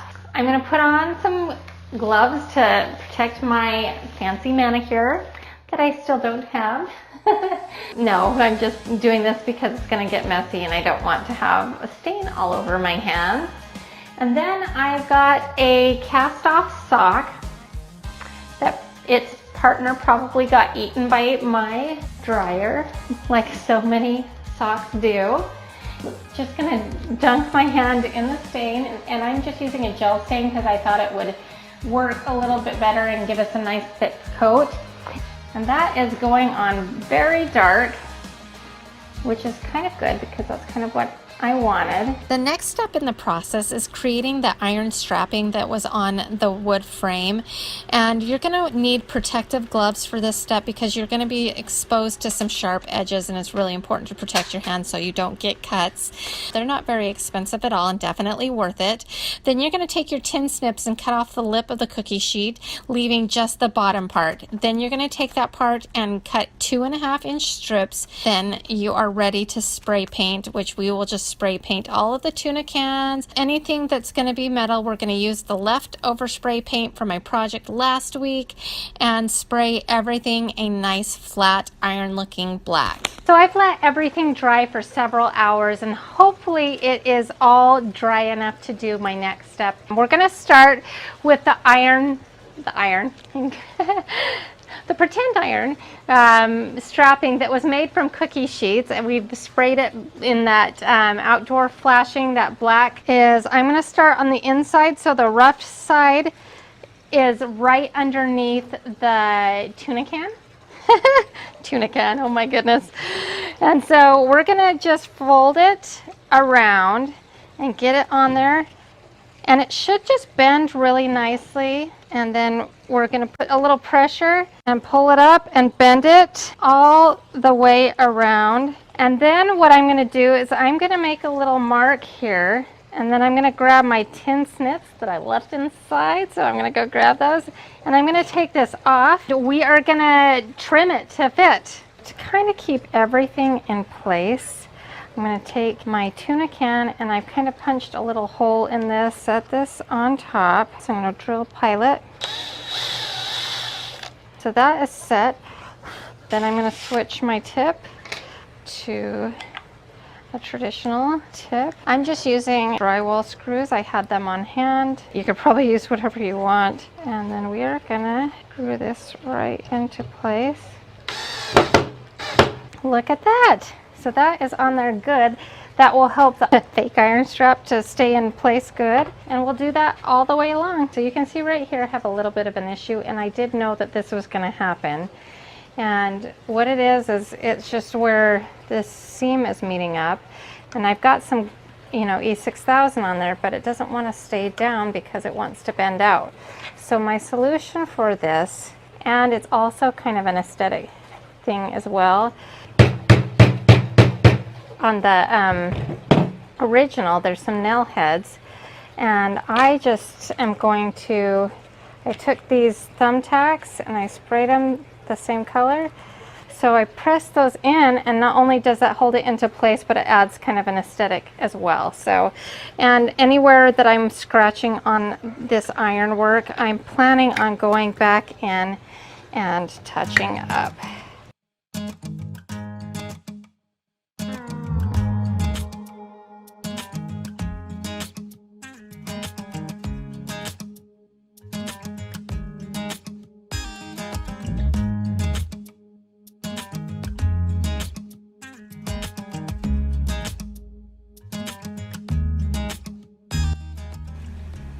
Next, I drill pilot holes into the wooden round in a square shape for the hooks that will hold the chain supports.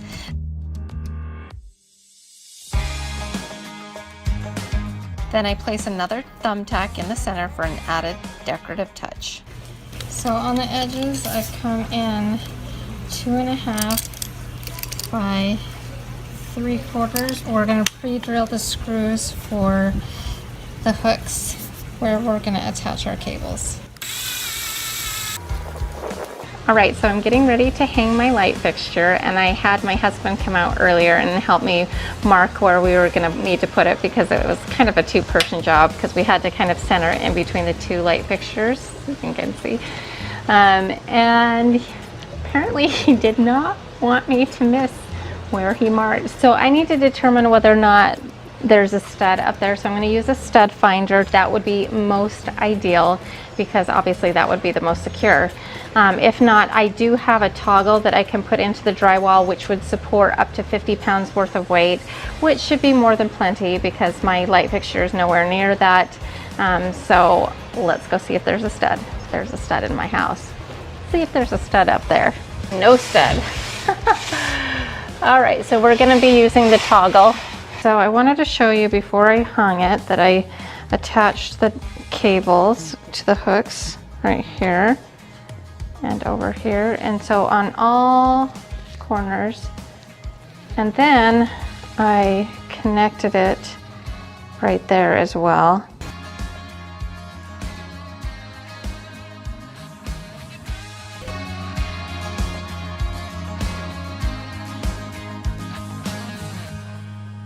So my project is done, it's hung. I am so thrilled with how it turned out. I feel like it's a really good dupe and a really good knockoff of the Ballard design. My version came in at around $60. There is a way to do it for about half the cost, and that would include switching out the candles for some from the Dollar Tree. This is the Dollar Tree version, and this is my version. Now, the reason I went with these candles is because the Dollar Tree one, you have to manually turn on each and every time you use it. You have to get up and switch that out. My version, you actually can turn on with a remote and off with a remote, so it's really cool. They're a little bit beefier. I'm really glad I spent the extra money, but if you're looking for a little bit more budget-friendly solution, switch out for the Dollar Tree candles. Oh, and the darkness starts to fade. Feels like things are gonna go my way. I came up with an idea that I'm really excited about, and I'm going to be working with a medium that I have never worked with before. We're going to be using this lawn bag to create a cement planter. I've never worked with cement in my life, so this could get a little dicey. We'll see. I've had this kind of bucket floating around outside for a while. If it gets totally trashed in this process, I'm not gonna lose any sleep over it. I've had to actually duct tape it in a couple of spots because there was cracks and I didn't want concrete to leak through, and so I used some Gorilla Tape. And then of course we sewed down this bag so that there's only like a couple of inches all the way around. We do not want like a 100-pound planter. That just would not work.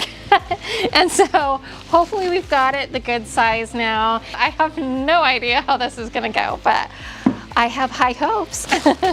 All right, so we're gonna take this bucket and we're gonna put it on the ground below this bag. I better put some cardboard down. I'm also gonna put on gloves because just touching this cement mixture, my fingers are a little irritated, so we don't want that. So I'm gonna put gloves on and we're gonna crack open the sand mix. I'm really hoping this turns out.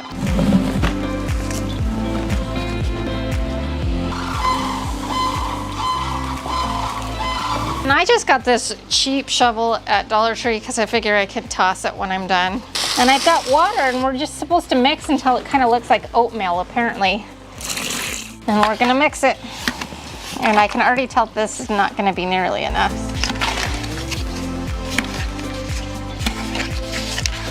I think I need a whole lot more.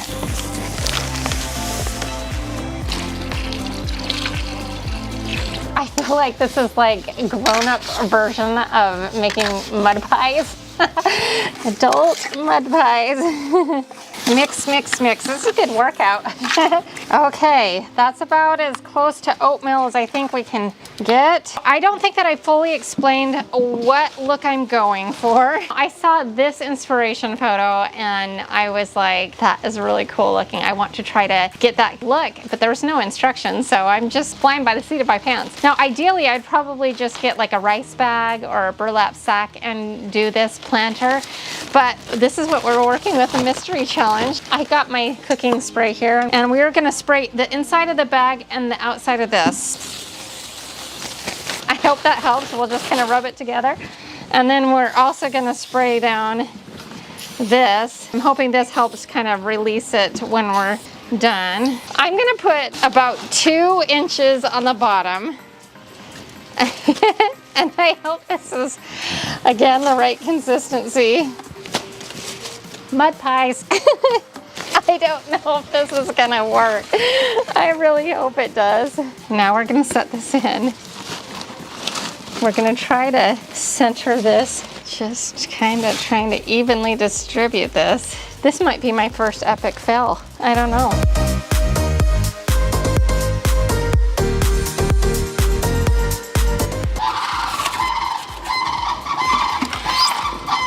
There's those pesky frames. They're cheering me on. So I'm going to sacrifice this thing to the cause here because I feel like it might make our lives a little bit easier.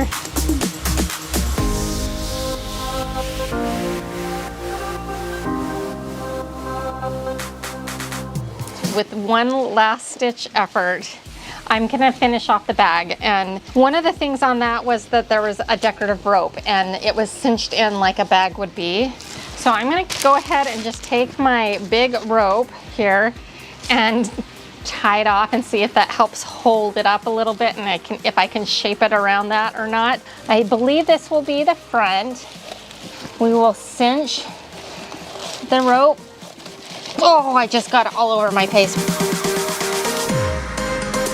Now that we've got that rope there, I'm hoping that we can kind of shape it like the bag that we're trying to get.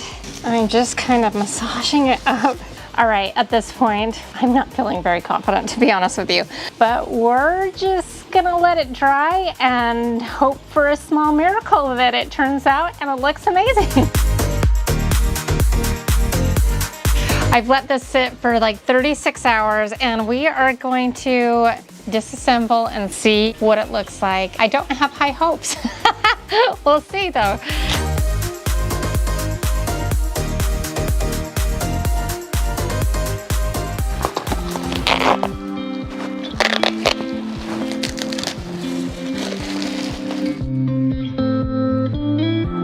I am so surprised. It actually turned out, and I think it's really, really cute. I think we're gonna be okay. Whew.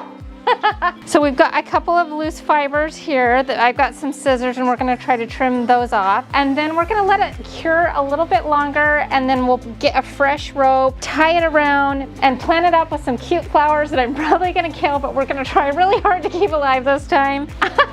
I am pleasantly surprised. What comes to mind for me when I think of a fish? I think of two things. I think of sushi and I think of fishing. And when I think of fishing, I think of my cousin Alec. Alec was seriously the most amazing little guy you've ever met in your life. And he was diagnosed with cancer many years ago.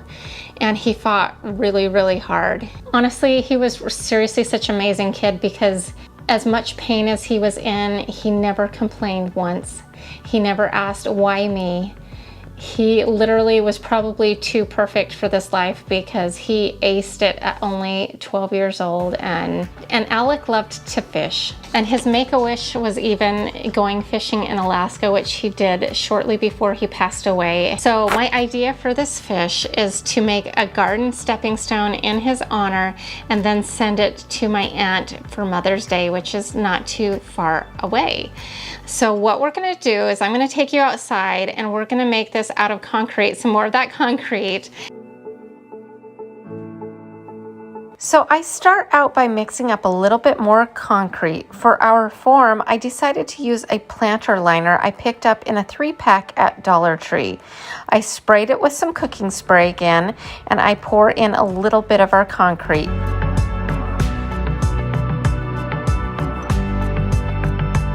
Then I take a cooling cookie rack from the Dollar Tree and I take some tin snips and I cut it down to fit inside our form. This just adds a little bit more stability to the stepping stone. Now, I don't know if it's really necessary, but I thought it couldn't hurt.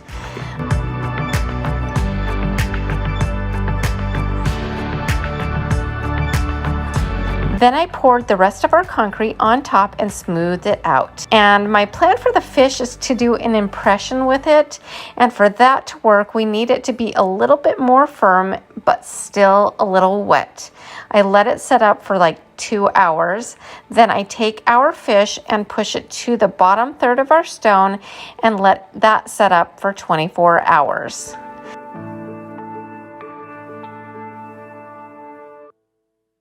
Then I remove it from our container. To make it easier to stencil, I first spray it with a clear coat, and that will just help me to be able to put down my stencil and not allow for any of the flaking of the cement. And I took a stencil that I made on my Cricut machine, and then I also mixed up some black outdoor paint with a little bit of gray paint to kind of soften it just a little bit. And then I fill in our stencil.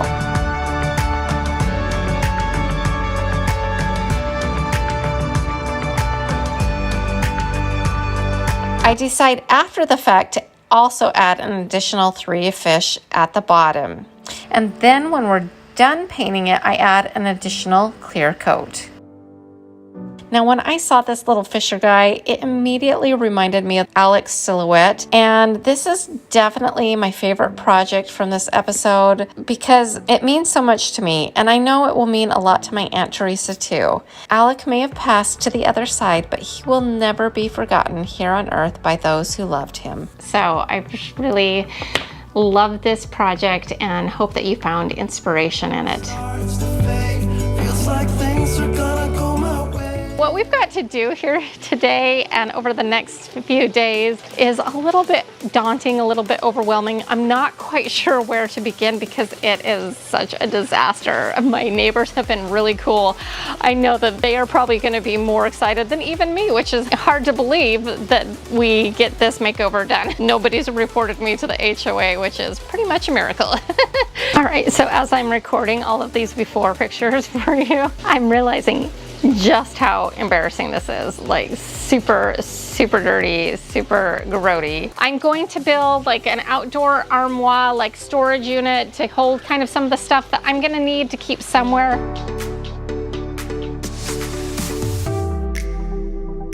And then we're gonna need to do like a massive clearing out because there is so much stuff.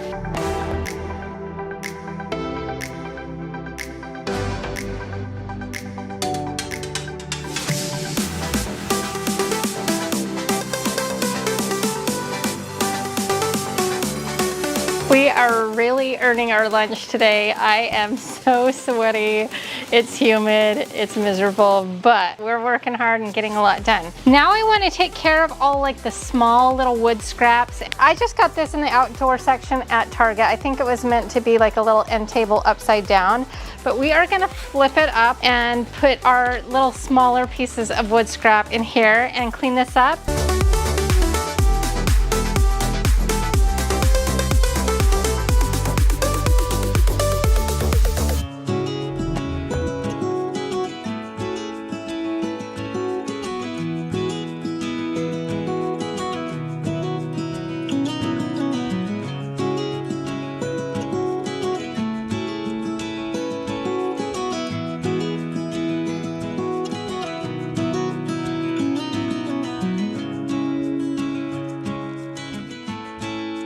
Morning of day 3 of our makeover, and we got a lot done and we have a lot to do today. The first thing I did already is I hired an electrician to come, and they installed some ceiling fans where our light fixtures used to be, so we can get some air circulation when it's a little bit hot. I just know that installing ceiling fans, it's important that they're installed correctly so they don't wobble. We are going to be installing a movie screen behind the pool, and I was having a really hard time finding a black movie screen, so I found one that's white, and that's not going to work out here, especially since we're going to be hanging it on my pool screen, which is black.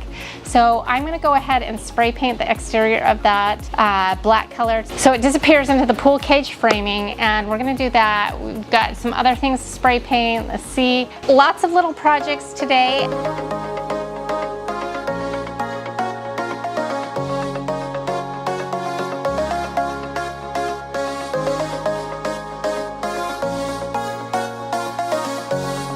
Mommy?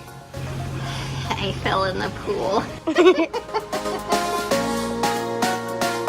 Nothing like a fully clothed swim to wake you up for the day. I just watched my handyman scale my pool with cat-like precision to install my movie screen, and I just go back there to do a little cleaning and all in. So I'm gonna do the next big section, kind of like the closing out stuff, barefaced. My hair's still wet from falling in the pool. Thank heavens for lash extensions. If you remember from my mood board, I had a boxwood privacy screen planned. Due to the location of my ceiling fans, I decided to modify that plan and put it up against the wall. I'm building this entirely from my scrap wood pile, and I start by cutting down 2x3s that we will use as a frame, and then I have 2 2x3s that are full length and don't need cut. And then on our inspiration board, there was also a black base. So I just cut down some of these wider wood pieces from my pile for that, and then I paint everything black and let that fully dry.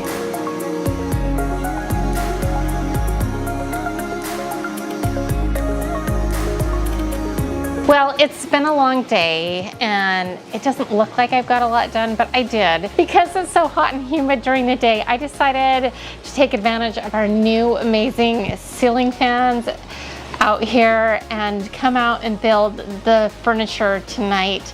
And so we're gonna assemble that now, and then hopefully tomorrow we will be doing a lot of finishing details and finish it up. So I'm getting excited. It's still kind of chaotic out here. It doesn't look like much has happened, but we're in a good spot.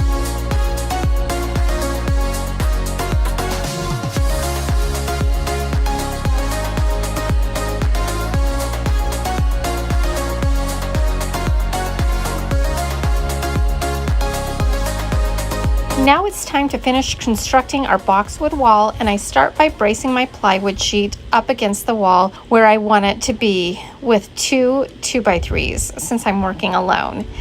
Then I just pre-drill some holes into the stucco, and I'm going to use some Tapcon screws, which are screws meant for cement since our exterior of our home is built with cinder block. We're gonna screw it in with an impact driver with a hex top, and it will just slide over the top of our screw and hopefully go right in. I won't need many of these since I will be screwing into cement. With those in, I just take my boxwood sheets that I ordered off of Amazon, and I will link them below, and I staple them into place, leaving some space at the bottom for our base.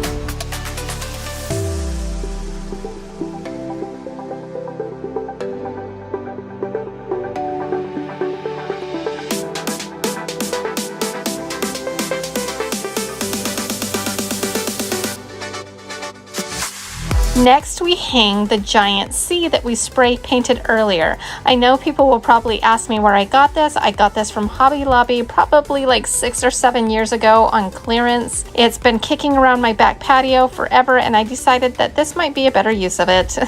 Now it's time to staple in our frame. I used my big framing nailer to do this.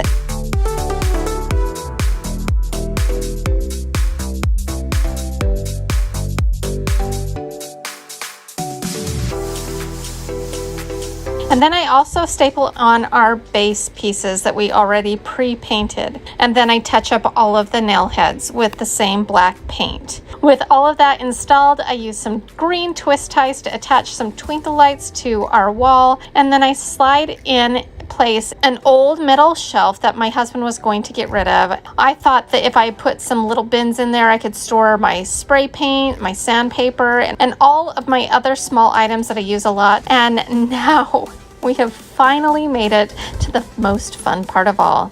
Time to decorate.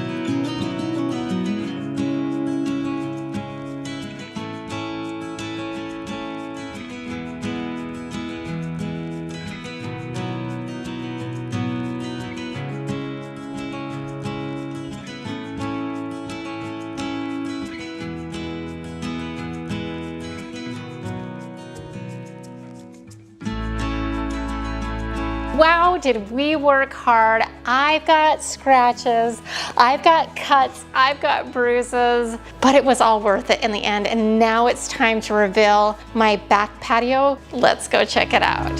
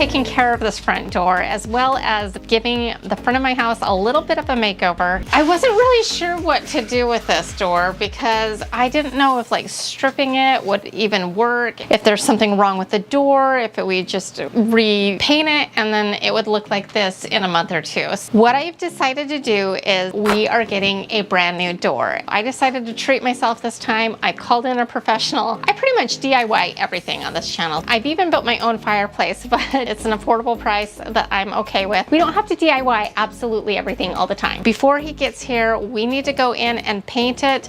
I want to paint it indoors so that we don't have a repeat of that. I just wanted to play it safe. I'm going to paint it indoors. I've got everything taped off, including the glass that will be in our brand new door. Isn't this going to be pretty though?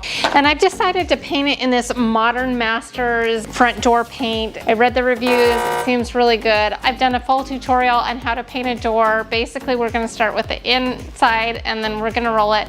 Honestly, I thought about spraying it, but again, I'm running into the humidity factor and I don't have a basement. So I tried the Modern Masters paint and it was just absolutely terrible. This is what it looked like after 2 coats. Streaky, blotchy, and just absolutely horrific. And it was giving me nightmares of a repeat of our current door situation. I honestly don't know what all the fuss is about because this just might be the worst paint I've ever used. So then I took a trip and got some Sherwin-Williams paint at Lowe's, 1 coat of this, and we were absolutely back in business. And the door is ready to be installed. We are going to be making a stenciled doormat. I would recommend you doing this wherever you plan on spray painting it because sometimes when you transfer it, it can get a little bit messed up. I took my discarded transfer tape that I didn't end up using and I put that next to the stencil to kind of cover up some of the doormat. And then I take out my blow dryer, and you could also use a heat gun. And this kind of helps shrink wrap it onto the doormat, kind of creating a tighter seal. So feel free to use your hand to kind of press it down into place while it's warm. Then we take some blue painter's tape and tape off the edges or anything that you don't want spray paint to get on.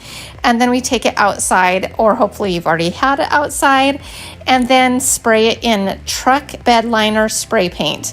I couldn't find the stuff that I normally use, but my husband had this in the garage, and so I gave it a whirl and it seems to have a good outcome. Then once it's dry, peel everything back, and it's simple as that. Next, we are going to be making a welcome sign for just left of the door. And once we have everything cut out, take it outside and spray paint it in a glossy black spray paint, and now it's time to build something to put it on. And we are going to be using up some of the scraps for my scrap pile. I'm going to be using up some of this faux brick paneling that I had left over. I thought we could turn this into a cool sign. Now, this is kind of made out of like an MDF type product, and that's okay because it's going to be in the covered porch area. Plus, I'm going to frame it out in some real wood, and I think it will be okay. We'll see how it holds up over time. We are going to cut this down to 24 by 36 inches. Since our brick is kind of thin and I want to put a frame around it, we need to kind of lift it up and give it something to support a frame. So I'm just going to use this 1x3 for my scrap pile. I'm going to do butt joints because it's going to be hidden, and then we're going to miter the frame.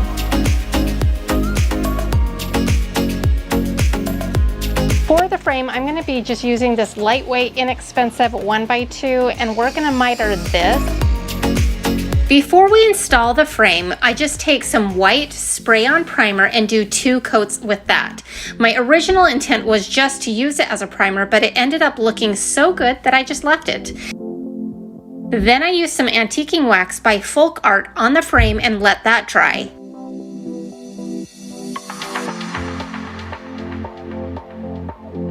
Then we lay out our lettering as we did in Design Studio, and when we're happy with the layout, we go ahead and use Gorilla Clear Gel Glue, or you could use E6000 as well. I wouldn't recommend using hot glue in a hot, humid environment as it probably won't withstand the elements. After that dries, we're going to add some wood glue to our frame and nail it into place. Finally, we add a D-ring hook to hang it on. And for our last DIY for our front porch is a wood round monogram for the middle of a wreath. I take an 8-inch embroidery hoop, the part that doesn't have the clip on it, and I attach that to our monogram using wood glue, and this kind of acts as a frame and kind of finishes off the edges nicely. Then I add some clips all the way around to kind of hold it in place as it dries. After it's dried, we're going to take some gel stain in the color Kona and give it a good coat, and then let that thoroughly dry.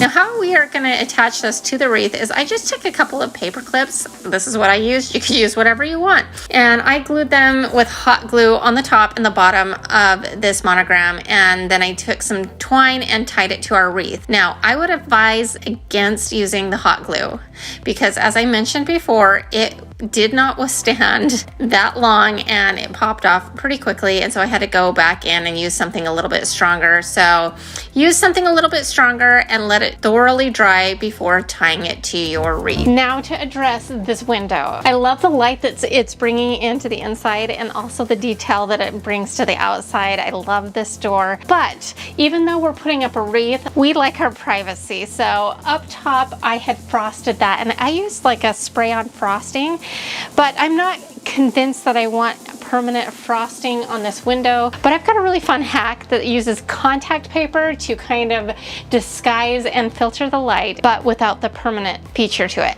And best part is it's going to cost us $1 because I picked up the contact paper from the Dollar Tree. So very affordable. I like that. So to do this, just cut out your $1 contact paper just a little bit larger than the window pane. Lightly mist with a water bottle and then stick your contact paper to the window and smooth it out using some kind of flat scraping tool. Then you're going to take a razor blade and cut off the excess as close to the edge as possible. Now, my water bottle went a little overboard and was pretty blotchy with the way the water sprayed out, and a few days later the water bubbles are still dissipating but should be gone really soon. So don't be alarmed if this happens to you as well.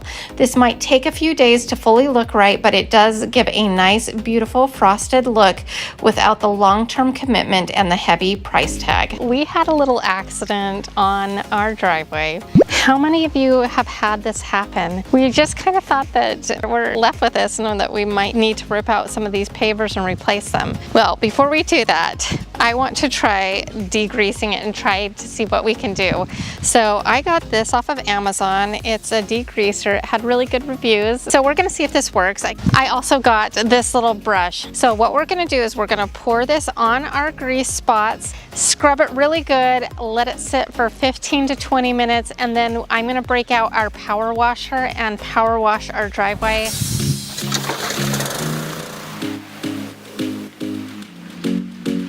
After 2 treatments, I would say this process gave me about a 60 to 70% improvement over what it was before. So I am really happy with these results, but I think that if I give it a couple more treatments, I can get it all the way removed, because this has been sitting on our driveway for months now, and it might take a little extra effort to get it all the way out. I've got gardenias, jasmine, and I did end up getting some lavender because I thought we needed a little something else, and I thought it was like a nice, soft, pretty color that I'm gonna just dig holes, and then I've got some black mulch. We're gonna mulch all the beds.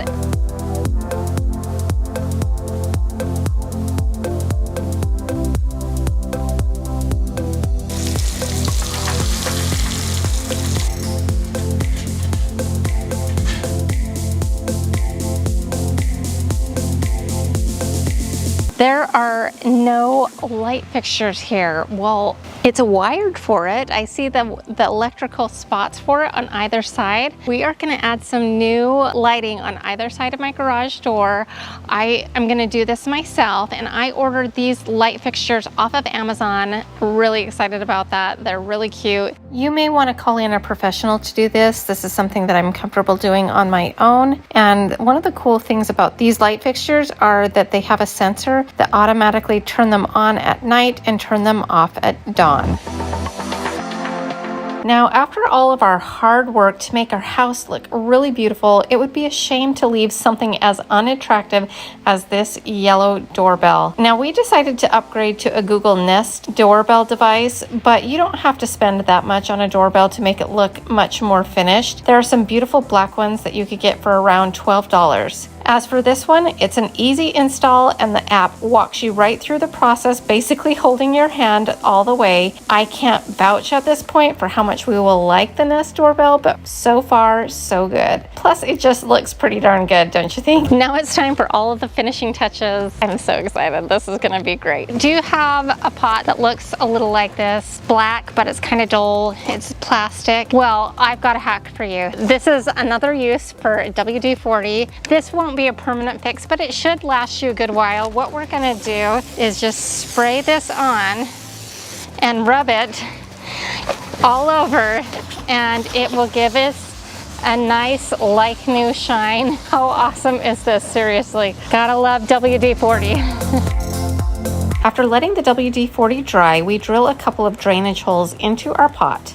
I believe this is why the previous plants did not do well, because of poor drainage. A little potting soil, some carefully selected perennials that should do well in full sun, and an old DIY, which I will link in the playlist, complete this look. Next, I add some solar-powered LED spotlights for accent in the garden. I also ordered some garden lights by the pathway, but they showed up the wrong color, so I'll have to add those later. And of course, we add all of our fun DIYs.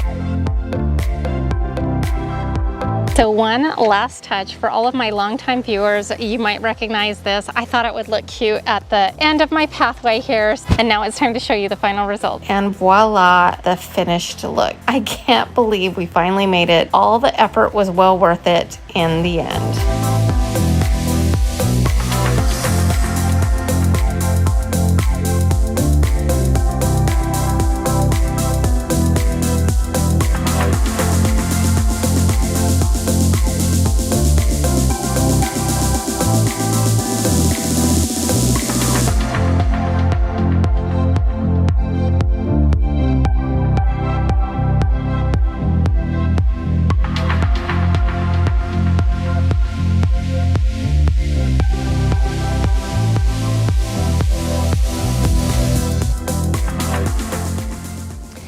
Well, I hope you enjoyed this episode. If so, here's another one that I think you'll like as well. And if you haven't done so already, consider hitting that subscribe button.